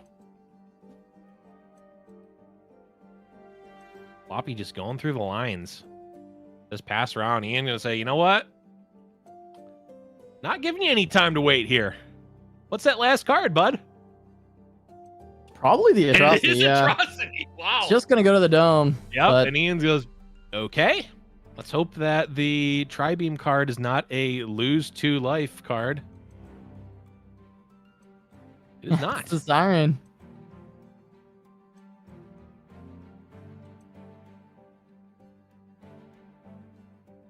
It's gonna be an Ian victory on open attack. Unless Floppy does he have 2 Atrocities? Floppy does have 2 Atrocities. There's a Culling Strike, so it's safe. A Culling Strike. It's safe. Oh yeah. I was gonna say that would be the only way out, right? A Culling Strike, or sorry, Atrocity onto the Doomkeeper. Wait. Oh. This actually opens up the Atrocity to be a win. It does. It actually would. It actually would. Is there anything that there's nothing that there's nothing that changes the difference between 1 and 2. Yeah. There's huge not. Heads up play by Ian. Huge heads up play from Floppy and also heads up play from Ian. As that was the only out. I hope if Floppy draws the Atrocity, well, I mean, he would fire it off anyway because he, would need to. Yeah, because theoretically he still wins actually with the Atrocity. Yeah. Didn't find it. So that's just gonna be GG. Floppy Mudkip gonna fall in 3rd place or 4th place. Sorry, Ian Noguera moving on to the loser bracket final, getting another rematch against Majin Bay. Yep. And he does not have a good historical record with Majin Bay. We have come to find out. I believe it's like 1-4 on series we've watched, Blev. Yep. So Ian looking to overcome that against Majin in the losers final to try and make it to the grands to face off against Filthy Gamer Weeb. But Ian Noguera finds the win on Overwhelms, and Draven Ezreal takes it over Floppy Mudkip. Yeah, I mean, here's the thing about historical matchups, right? The only game that matters is the next one, right? All the other ones, what's happened? You can't change those. But you can change the outcome of the next game, and that's the one that we're going to be talking about the most, which is going to be coming up next, Casa. Absolutely. Looking forward to this one once again. A clash of the titans between these two, Majin Bay, Ian Noguera. They have faced each other at the top of the tables of the seasonal. They faced each other at the top of the tables of Fight Night and many other series in between. Once again, losers bracket final. They stand in each other's way and making it to the grand finals. We have this matchup coming right up after a short break, so don't go anywhere. Fight Night Legends Seasonal Smackdown will return in just a few.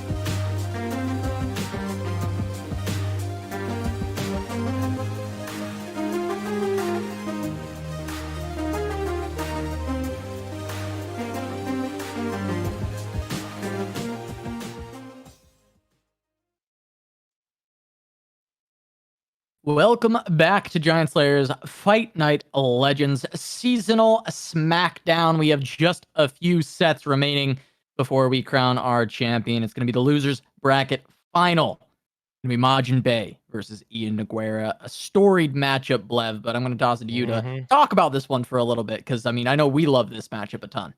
Yeah, I mean, we saw it really not culminate, but it really started off actually in the finals of a seasonal where we saw Majin Bay win the seasonal off the back of TF Fizz and a crazy sequence of a final turn there involving using counterfeit copies that was generated from Burblefish to put more rummages into his deck and then draw and then get a crazy level up on Twisted Fate.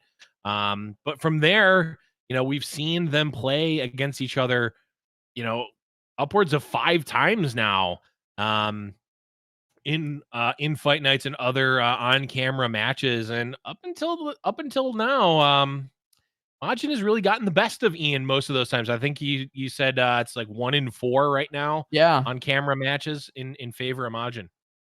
Yeah, and I mean, just taking a look at how they both got to this stage of the competition. You had Ian fall early to Filthy Gamer Weeb, who sits in the finals, but has made the full losers run, going 2-0 over Rigby, 2 over Heni, and then beating Floppy Mudkip just a second ago. Yep. Now going to be going up against Majin Bay, and yeah, historically, this matchup has gone in Majin's favor, but feels like it's pretty close every time, and both of these players are just near the top of the tables when it comes to talent on the America's Shard. And it's always a treat when we get to see them go up against each other. So looking at the matchups, really, that's going to be the next step, because even though Majin has come out on top a lot of the time, really the lineups are going to be a big tail of the tape when we look at these two. Majin Bay, Diana Draven, Azir Aurelia, Ian Nogueira on Sejuani Renekton, and Draven Ezreal. Of course, Draven Ezreal going to be kind of a signature deck for Ian. We should expect really good play out of that list. The Overwhelm may end up being a liability, though, going into these two kind of tempo-heavy, aggressive decks from Majin Bay. Absolutely. We're going to see the two sort of tier 1 decks duke it out first with the Azir Aurelia versus Draven Ez, and you hate to say it, but I almost think that the result of this game is almost completely irrelevant, because I think whoever loses this game will win game 2 against the other sort of, non-tiered deck. And then, game 3, I think, might actually be a banger of these two sort of, well, I mean, Sejuani Overwhelm was not necessarily off kilter, but it's certainly, I think you'd really have to stretch to call it tier 1. Yeah, absolutely. I think, I wouldn't call it tier 1. I really wouldn't. I wouldn't call it a tier 1 tournament deck. I think it's a good one. I know, you and Croc have your gripes with it, but I think it's one that we tend to see make a lot of top cuts. I don't feel like I see it win a lot of tournaments, though, but I could be off on that.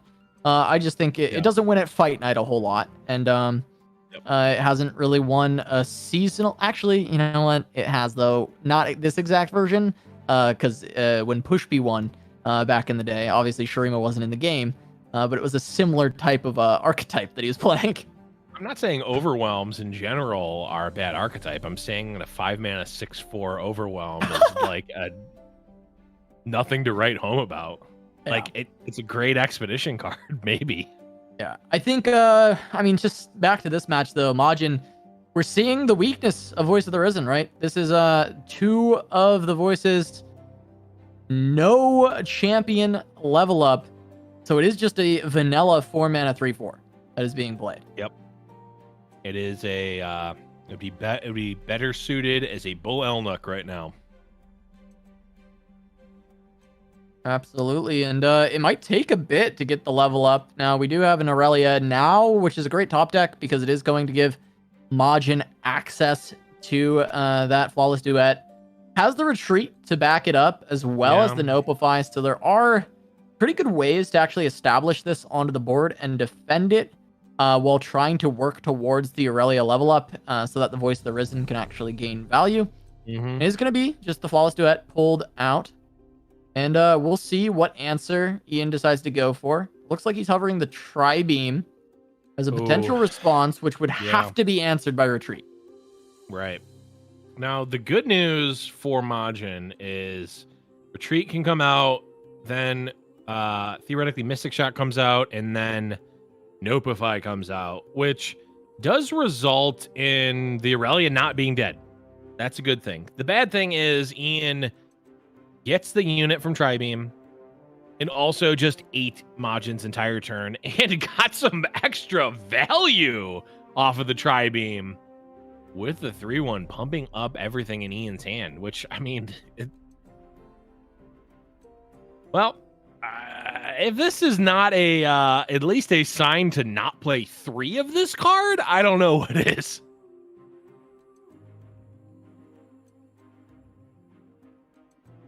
Yeah, like absolutely. The Voice of the Risen might be whispering, I'm not that great.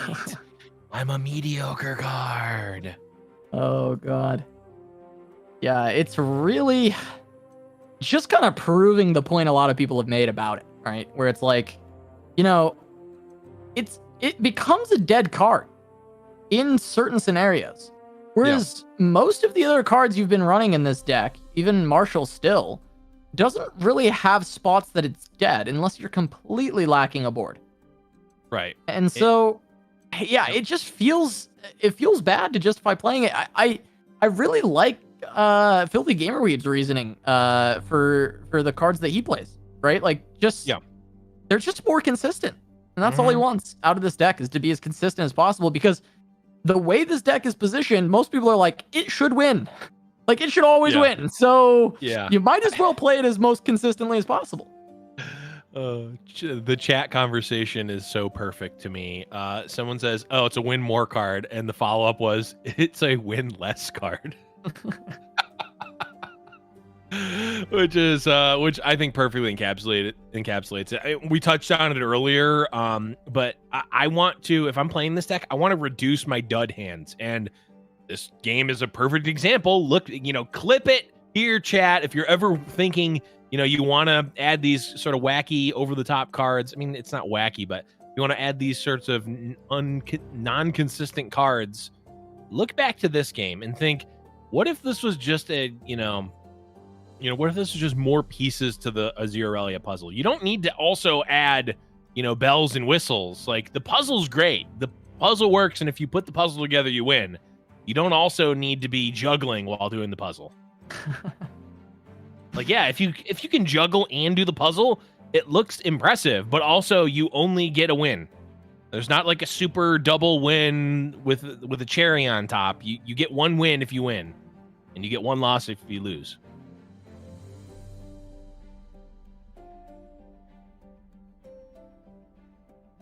And it's looking like this might end up being a loss for Majin, at least in game 1. No healing in this deck, and there is a bit of burn for Ian available. Could start sending the Mystic to the Dome. However, probably doesn't need to do that just yet. Can just continue to play for the board because they're so far ahead. Doesn't really have to push the envelope just yet. If you deal with the Aurelia, it's going to be hard to lose from there with just Voice of the Risen on board and no leveled up champions. Mystic going to lead to good value out of this Static Shock. Homecoming going to be able to save the Aurelia.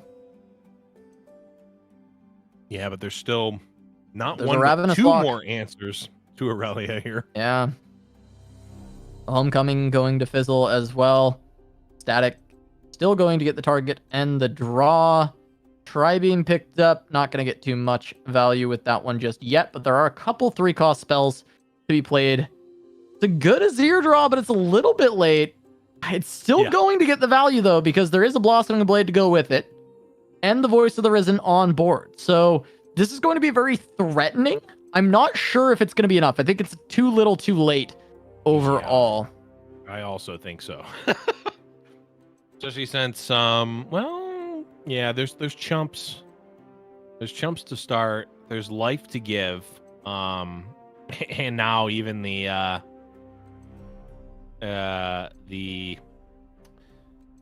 Scorched Earth can kill the Azir on this attack. You can, well, this is threatening for sure, but you can take 8. There, Majin's playing face up now. There goes Azir. You take 8. You now have chumps for everything else. There's not even going to be additional stuff made. Ezreal's leveled up. I mean, this one's over, right? I mean, yeah. I mean, you can just cast the spells and figure it out. And Majin gonna just scoop. That's going to be game number 1, going to Ian, trying to bring back this matchup to a more manageable scoreline of 2-4 if he can take the set. And he's 1 game away from doing it. Will be with Overwhelm, which you've got some concerns about potentially getting 2-0'd. Yep. I will say that Overwhelm is not running a 4-mana 3/4 blank, so that's a positive. That's a positive. I mean, in all honesty, I think maybe if you really want that effect, you can run some number of Voice of the Risen. I think 3 is probably a little overkill, and I think 0 might be the correct number, but I could see running 1 to 2 if you really wanted to have that sort of over the top effect, because it is good in some matchups for sure. And this time, Deus Azir, only 1 Voice of the Risen, a little bit more manageable. Yeah, and I mean, this voice is likely going to be turned on, via Azir, I would imagine.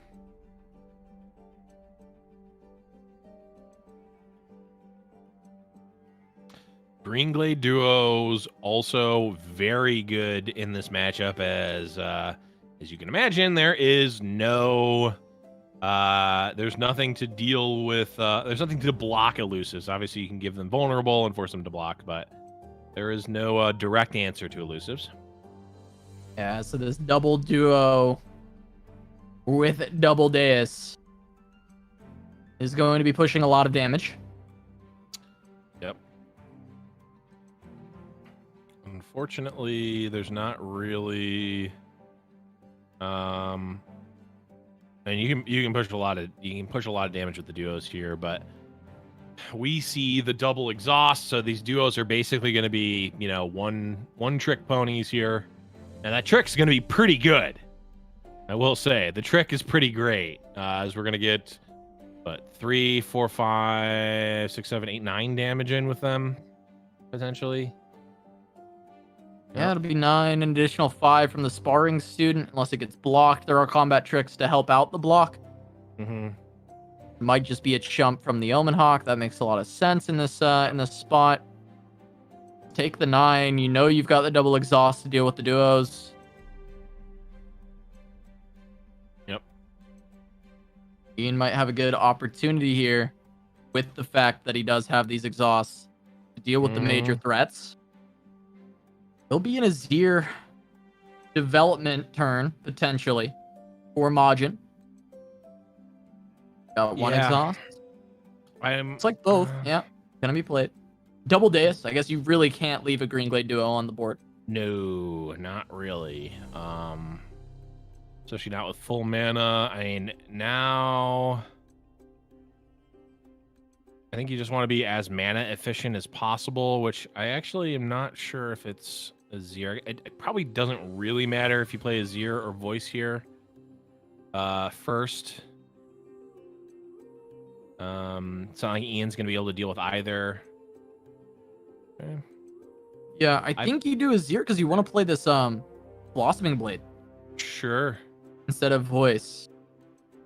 Well, yeah, probably. Although I don't know actually, because you're gonna level up Azir, you can have the Blossoming Blade plus. You can have the Blossoming Blade attacking, with voiced tokens on Ian's turn. Azir's gonna level up this turn.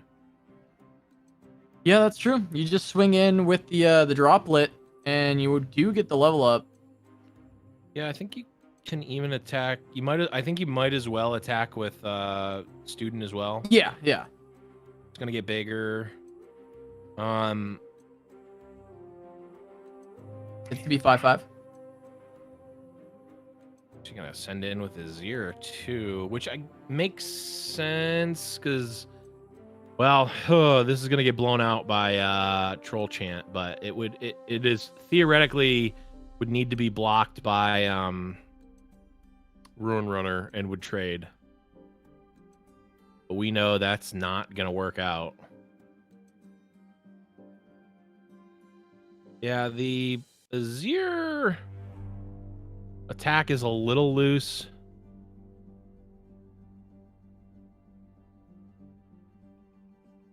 Yeah, the Azir attack is a little loose as yeah, Troll Chant is gonna do. I mean, even Shapestone would do it. I mean, Troll Chant has to be played to survive currently, as this is actually killing Ian. Gonna put him to 1.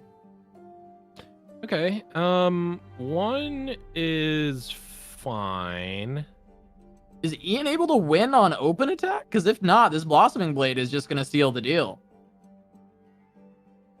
There's gonna be 11. Renekton will become an 8/8. So yeah, there's exactly enough, right, on open. And then there's also Shapestone for some additional damage. Right. Oh, right, because Renekton is leveled. Yes. I think there's just enough. So it's probably just gonna be Homecoming or bust. Yeah, I think it really is, because I think there's enough with the Shapestone. I think it's guaranteed enough. And that's not an answer. Not. That's gonna be game. Ian should have this. I unless I just really I do suck at math, by the way, but unless I was way off, 5. This is just yeah, there's still 10. Through. It's exactly. He got it. Ian takes the 2-0 over Majin. Wow. Gonna get a rematch. Yeah. Of round 1, where he lost to Filthy Gamer Weeb, but finally, it feels like it's been a while since Ian has taken a set off Majin Bay. Yeah. Finally gets one here in the losers bracket final to advance to the grand finals. Ian Noguera. Been a little while since we have seen him up there in the grands, but excited to have him back. Yeah, it's always great to see Ian, and it's always great to see Ian versus Majin. We love that matchup. The beyond beef, the not real beef, but we're calling it beef. The kind of looks like beef if you don't really think about it too much. But in all honesty, a great match. And like I said, history's history. Can't change that. All that matters is the next one. And Ian says, I'll take this one 2-0. Thank you very much. Next stop, Filthy Gamer Weeb Grand Finals. Absolutely. Majin, an absolute trooper, an absolute beast, making his way all the way to the winners final where he fell and then loses in the losers final to Ian Noguera. This rivalry we keep brewing, and it continues. It continues more. Majin will have to take him down next time. It looks like Majin will have to have a shot or fire his shots back at Ian the next time they meet. But for now, Ian is the most recent winner of that bout between the two, even though the score is still Majin favored. However, Ian now has another score to settle, and that's with Filthy Gamer Weeb in the grand finals after losing in round 1. We're going to go to a short break, but when we return, the grand finals of Fight Night Legends Seasonal Smackdown coming right at you.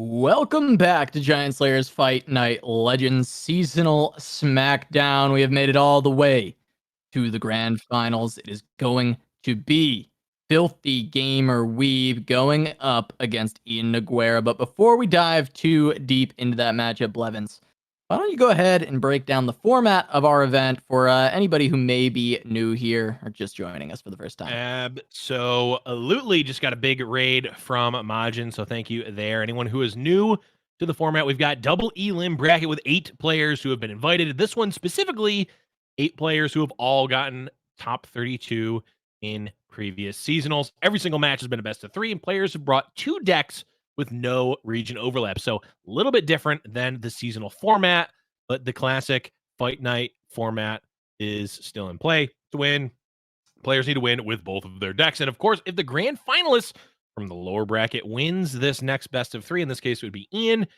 there will be a bracket reset and we'll play an additional best of 3. So if Filthy Gamer Weeb wins any best of 3, it's over. But Ian has the chance to get the bracket reset, but needs to beat him twice.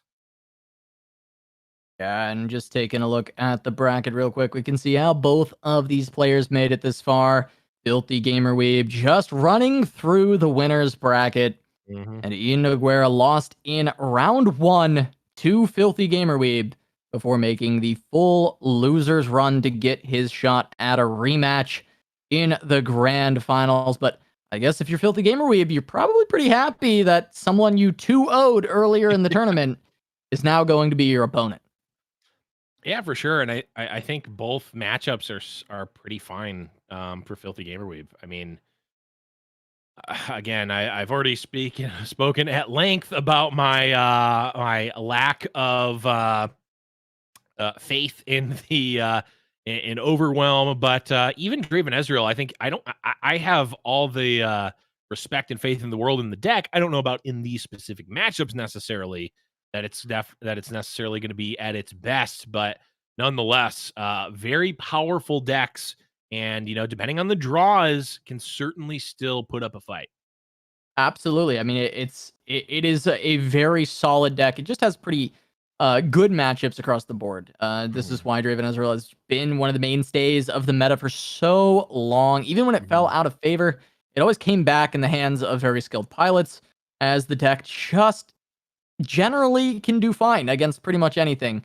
I do think that going up against this kind of double aggressive tempo heavy lineup out of Filthy Gamer Weeb, I think Overwhelm could find ways to struggle, but we did just see it take down an Azir Aurelia in the hands of Majin Bay, and maybe it can do it once again against Filthy Gamer Weeb, even though this version is not running the clunkiness of that Voice of the Reason that we were talking about quite a bit as being a problem for Majin Bay in the matchup.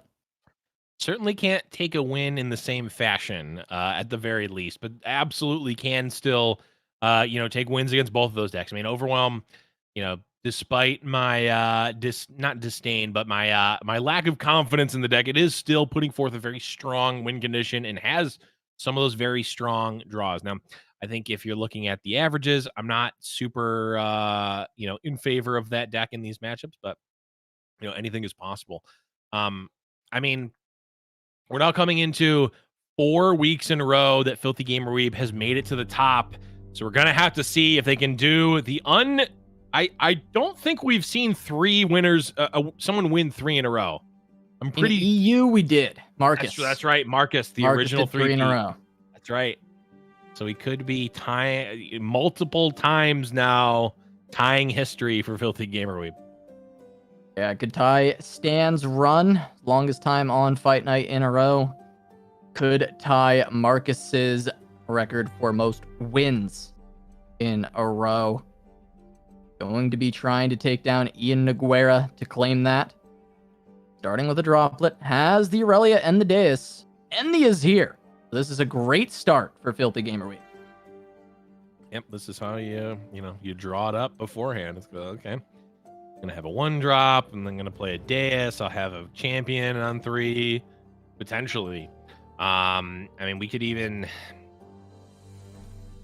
I think Azir is just gonna be so tough to deal with from Ian. Aurelia a little bit easier, right? It gets answered by Mystic Shot. It's easier to answer with Thermo Beam for sure. Thermo Beam can answer Azir, but it is a big commitment, and also, you know, it's a big commitment when you spend it. You're also going to need to leave up 5 mana, which, you know, depending on when Filthy Gamer Weeb plays the Azir, which should be now. I believe the Azir should come out on this turn. Now, you could pass to see if you can eat the attack token to not take any damage, but once this attack comes through, I fully expect to see an Azir hit the board. And then looking at a Sparring Student plus Aurelia turn 4 to get the additional, you know, tick onto the Sparring Student, get that Flawless Duet with the Azir and the Deus on board alongside the Sparring Student, just create a lot of pressure. Yeah, definitely going to be. We're going to go from almost nothing to a lot very quickly. Ooh, goes for the Aurelia instead. I'm going to go for the Aurelia first. It's almost the same. But now, if there's any answers that Ian wants to open with, they're going to use them on Aurelia first. And there's 2 Aurelias, so we could even see a potential another Aurelia, or we can go the Azir, depending. But we're going to open with the Sparring Student. Now Ian is going to open with an answer, and now Filthy Gamer Weeb has more options, I think, is the thought process. Maybe playing around Beam as well, because they didn't currently have an answer to Beam. Sure. Could be a thought in there as well. But now, only 2 mana left. It's pretty safe to go for Azir plus this Flawless Duet. The worst case scenario would be your Aurelia gets Mystic Shot, but she already gave you the Flawless Duet, and you already have another one in hand. So it's not even the worst thing in the world if that does happen. Right. It looks like that is what is going to happen, I think. Thermo Beam for 2. Okay. Thermo for 2 is slightly worse for you. Either way, we're getting Azir level up progress. We're getting Aurelia level up progress. We're going to get some damage in. All good things on the side of Filthy Gamer Weeb here. Okay, I'm going to go for the aggressive Draven level up. Which I think it's relatively free to do that. It allows you to at least threaten pressure. Also just makes it so that Azir definitely can't attack. Not that I don't think he would either way, but yep, now we get the Draven level up. And you might as well, right? It's only costing you 1 card. Yeah, use it for counter pressure as well. And continually just generating those additional axes, which can be used to pump up the ballistic bot as well. Yeah. Having that augment. That is a lot of damage that Ian is letting go through here. Going down to just 10, and we have an Azir, who I believe at the the drop of a hat will be leveling up, assuming that the hat is a unit. I think Ian kind of has to commit at least like an axe or 2 here to put forth a little bit of damage.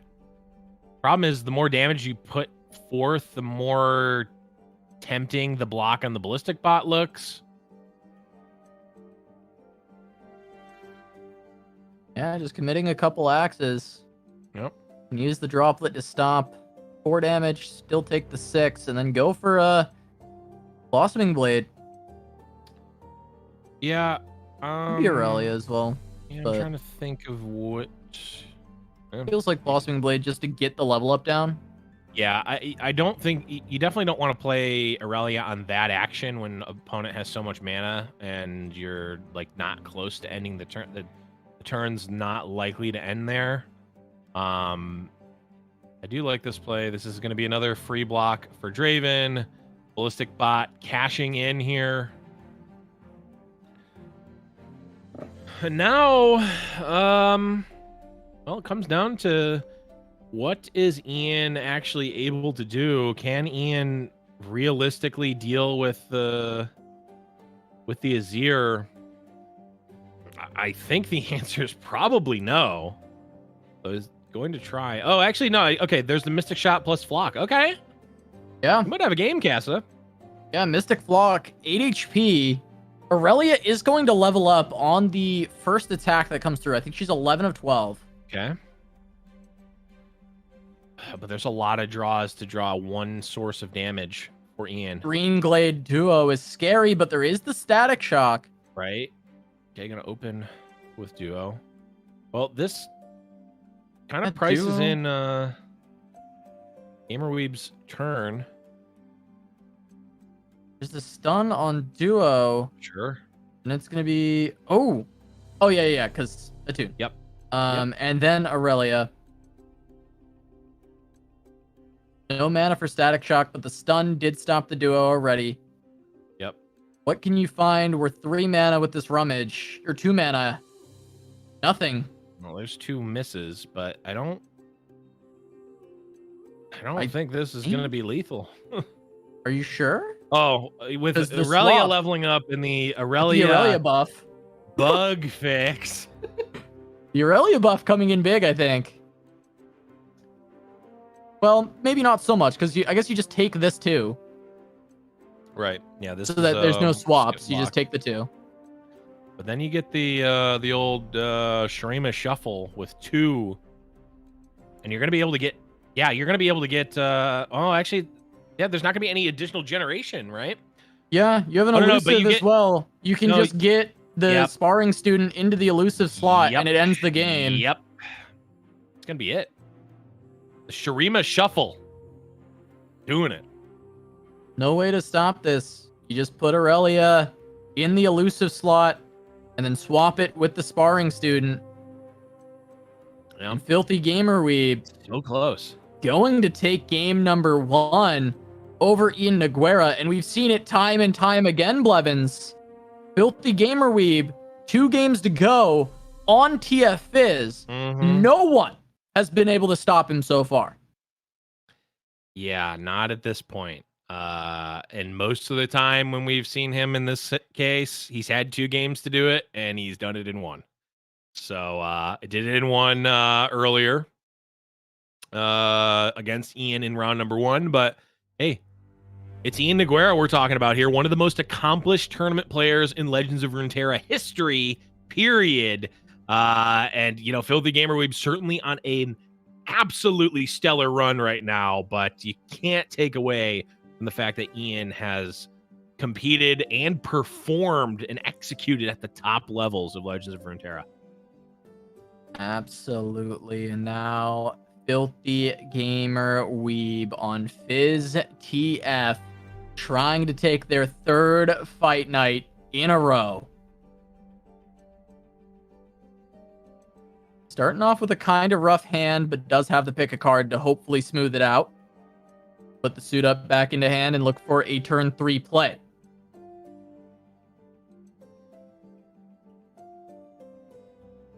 Yep, I mean... Oh, finds it again. That's not looking great. Yeah, didn't play the Rummage, though. A clunker for Filthy Gamer Weeb, but I guess that's what Rummage is for. Finds a bot. Not going to be able to play the suit up, though. Yeah. Interestingly kept the suit up. I was surprised by that, too. I mean, it's such a high roll if you hit a Fizz there. Yeah. Fizz or Poro Cannon would be really big. Mm-hmm. So I like it. I mean, those are the types of like calculated risks that if like it didn't hit and like, you know, it's not the end of the world, right? But if it does hit, it very well could be the end of the world for Ian. Yeah, I think this start has been pretty bad for Filthy Gamer Weeb, and we'll see if he's able to recover, because this is giving Ian a lot of time to establish a much more aggressive front. Absolutely is. I mean, this is going to be a value block or a value trade with Hunter, Merciless Hunter onto the Ballistic Bot. Pushing 6. And Filthy Gamer Weeb can try to get excited, the Hunter. Okay, just going to let it go through, actually. Yeah, where are we going from here with Filthy Gamer Weeb? I guess we're going TF and maybe looking for the level up. it's going to be really difficult to get there. There is a pick a card, and there is a zap. But that's not a ton of draw. It's like halfway. Yeah, it's not quite going to be there.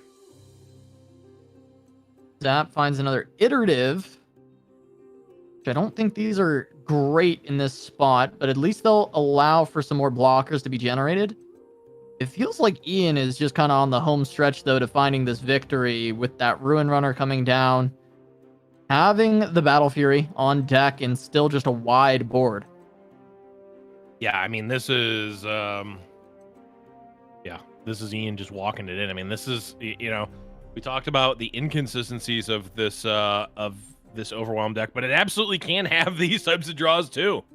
And this is really these are the types of draws that you bring the deck for, is to have these sort of very consistent, you're pressuring your opponent constantly and keeping them on the back foot so that they're not able to actually put anything together.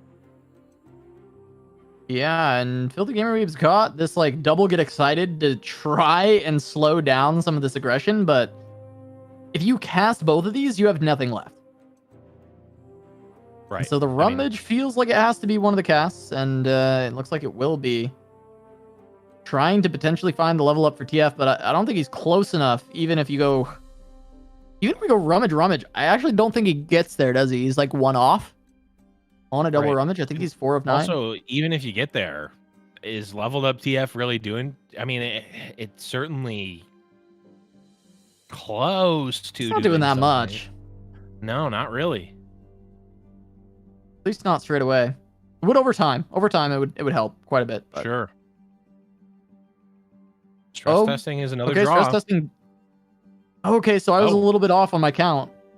Okay. I was 2 off on my count, which means that is a leveled TF already. Okay, then this is I mean, starting to make a lot more sense, right? I'm very surprised that the other Mystic was discarded and not that iterative improvement. But I guess the iterative needs to be there to try to actually win. Oh, this is really good as well, because the red card will pop the spell shield. And if you split this up, your next cast will generate a gold card to actually stun the Ruin Runner. Yep, and if you Mystic Shot like this, you could actually kill the Sejuani as well. Yeah. So now, Gamer maybe doing the math here. Maybe considering Shapestone, because that would counteract some of this. But I do like playing, one fast speed card. Wow. Sending that to the dome potentially. With the 3 get excited, maybe considering. Yeah, I mean, all you need to do is survive. You don't need, killing the units. Who cares? As long as they're not killing you. Yeah. Filthy Gamer, we might be able to win on the next turn or so. That's terrifying, right? Now, this Shapestone, I think, is definitely going to change the math, I would imagine. Yeah, it might cause one of these to be used defensively. Because now the stun is hitting the Merciless Hunter instead of the Ruin Runner.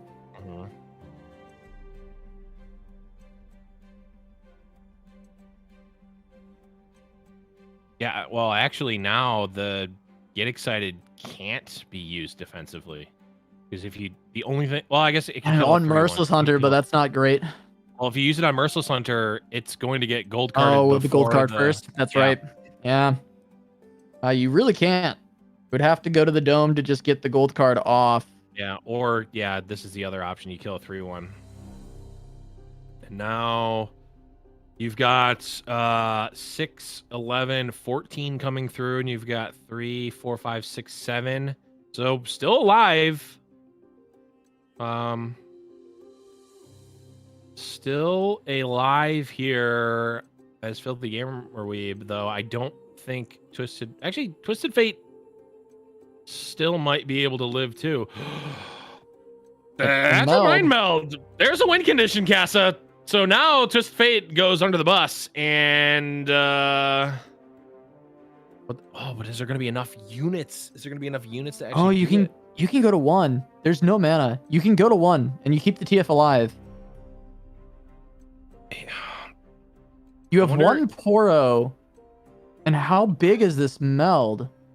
Oh yeah, the meld size is what is the most important, right? Because I'm wondering if Zap was supposed to stay around and not TF.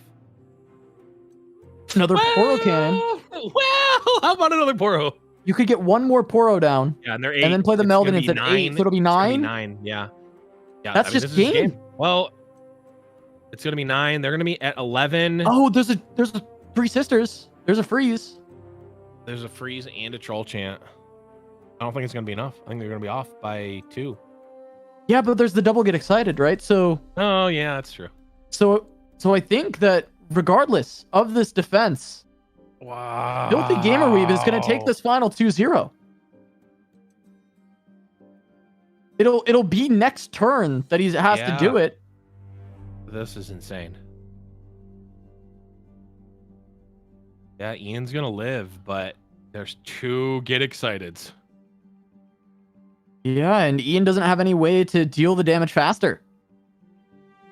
It is gonna be crazy that Filthy Gamerweave is gonna win his 3rd fight night in a row. And this is a seasonal Smackdown. He's been dunking on everybody, and now this is supposed to be the hardest lobby that we generally have based strictly on, like prize winning tournament results, right? Yes, based on seasonal results. And once again, he just comes through and picks up the win. Wow. The attack comes through. Ian's going to be able to 3 sisters to stop 1. Yeah, he can even, like you said, he can troll chant, reduce the damage of the other. He can go to 4, which should feel like a fairly safe life total. But there is double get excited. Filthy Gamerweave, just reminding everyone at home. Don't worry, folks. Still got it. Ian should feel not safe, but you should feel alive at this moment. Yeah. Going to 4, you're like, shoot, he could have burned, but I might still have it. 1 damage. Yeah. That's all I need. Yeah, and there are 2 monkeys in this barrel, and they're ready to go to the face. Yeah. Exhaust. I mean, Ian going to do his best to try to... Yeah. Come on. Just to have another Poro to throw away. Wait. What? That gives a red card. He's doing it in style. Okay. I definitely held my breath there. Yeah, it doesn't even need the second. Okay, so it makes sense. That's going to be it. Filthy Gamerweeb. He's going to show it multiple, to him. He's going to show it to him. Still had all D's. The classic. He's just clearing the board. He's not even dead here. He's not even dead here. He stayed alive. Oh. And he gives us the Garen. The Garen. Oh, boy. What better a place than the grand finals of seasonal Smackdown when you have Lethal on board to throw a little shade, but that's going to be Filthy Gamerweave taking it down. Absolutely filthy. Absolutely filthy from Filthy Gamerweave. And that is going to be not only his 4th fight night in a row, but his 3rd victory in the grand finals. Yeah, just, I mean, filthy. There it is, 2-0. And let's not forget, Casa, it's crazy to think that it's the same game with that start from Filthy Gamerweeb. That hand was clunky. That hand looked like trash. Ian was keeping on pace. I mean, we were talking about that game as though it were over, and we were going to game 3 halfway through it.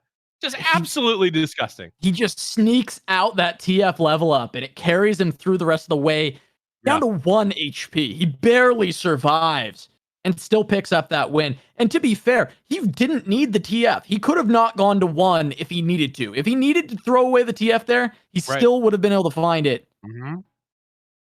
It's just incredible how he continues to push this deck to its limits. And there have to be more and more believers in TFFizz. We saw Heni bring it today, right? We see other players playing with it, experimenting with it. This deck, it has to be tier 1. I refuse to believe that Filthy Gamer Weeb is just taking this deck that is not good and doing this over and over and over again.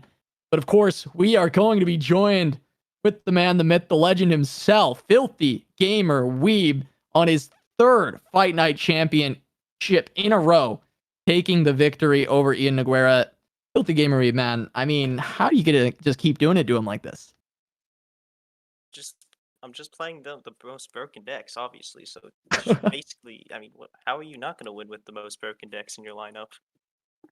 But no one else brings them. No one else keeps bringing them. No one else bringing TFFizz. I mean, yeah, we saw Heni bring it today, but even Floppy Mudkip, what's he doing? Why didn't he bring it? I don't know. Didn't get the memo that we have 2 TFFizz players here. I mean, you have to be the 3rd one. Yeah. Didn't want to be the 3rd wheel. Oh God. Go ahead. Yeah, absolutely. A fantastic run. I mean, you're on a roll here at perfectly opportune time, obviously going into the seasonal Swiss coming up next week. I mean, how do you feel going into the Swiss with obviously, Fight Night being a little bit of a different format, the tournament, tournament styles being different. How are you feeling going into the big show this seasonal next week? I mean, I feel good, especially about 2 decks, but the 3rd one's always terrifying. It's terrifying. I don't know. Very hard to come up with a good 3rd deck. So that's all I have to say about that. But yeah, on these 2 decks, I'm fine. I feel good. But yeah, just the 3rd deck's the issue. Absolutely. Do you think people are gonna start recognizing your names in Swiss and just be banning TFFizz over and over again? No, I mean, you just have to auto ban. They're probably gonna ban Azir Irelia anyways. That's true. That's true. That's fair enough. But I wonder. I do wonder. What's your confidence level though going in to the season? I know 3rd deck is always a little shaky, right? But just in your gameplay, do you feel like you're kind of playing at the top of your game right now? And do you feel really solid going into the season? I mean, there weren't that many misplays, so yeah, it's fine. An acceptable amount of misplays, I would say. One question I have, because we just saw it happened a little while ago for you because of the delay, but we saw that last play of the game, and there was a little bit of back and forth with the emotes and the still had all D's get excited. So was there a little were you flexing a little bit there at the end? Just have to make sure I don't die on board, dude. It's not just enough to win; it's also not lose. Oh God! All right. Well, Blev, do you have any final questions for Filthy Gamer? No, I'm good. I'm excited to see. I'm excited to see your performance next week in the Swiss. Yep. All right. Well, with that, Filthy Gamer, I want to give you the floor for a second. If you have any shout outs, anything at all, before we go, anything you want to say to the community, anything at all. Let's see. No, I don't think I have anything really. Just I don't like Marshall and Azir Irelia, but I don't even play Azir Irelia that much, so whatever that means. All right, Filthy Gamer. I mean voice. I don't like voice. Yeah. Yeah. Good. I don't think Majin likes voice anymore either. Yeah, I don't think he likes it anymore either. Oh God. All right. Well, pleasure as always to have you on. Congrats once again, 3 in a row. We'll see if you can make it 4 when we come back. It's going to be a little bit of a hiatus from Fight Night with the seasonal coming up, and then I think there's a little bit of time off for the Wisdom folks, a little summer break. So we got a couple more weeks, and when you come back, there will be some new cards in the game to mess around with and see if you can continue this reign of terror over Fight Night. But thank you so much for coming. Thank you for having me. All right, so Blev, with that, we've capped off the day on another Filthy Gamer Weeb victory. Yeah. Age 16, one of the youngest competitors we've had on Fight Night, and he's an absolute champ, an absolute beast. zooming all over these boomers, Mhm. taking them all down. And we'll see if it's time for him to pop off on the seasonal. But for now, that's going to really do it for us here, Blev. That's it for me. That's it for Blev. That's it for the rest of the crew here at Giant Slayer. This has been Fight Night Legends Seasonal Smackdown number 2. Thank you all for watching, and we'll see you for the seasonal.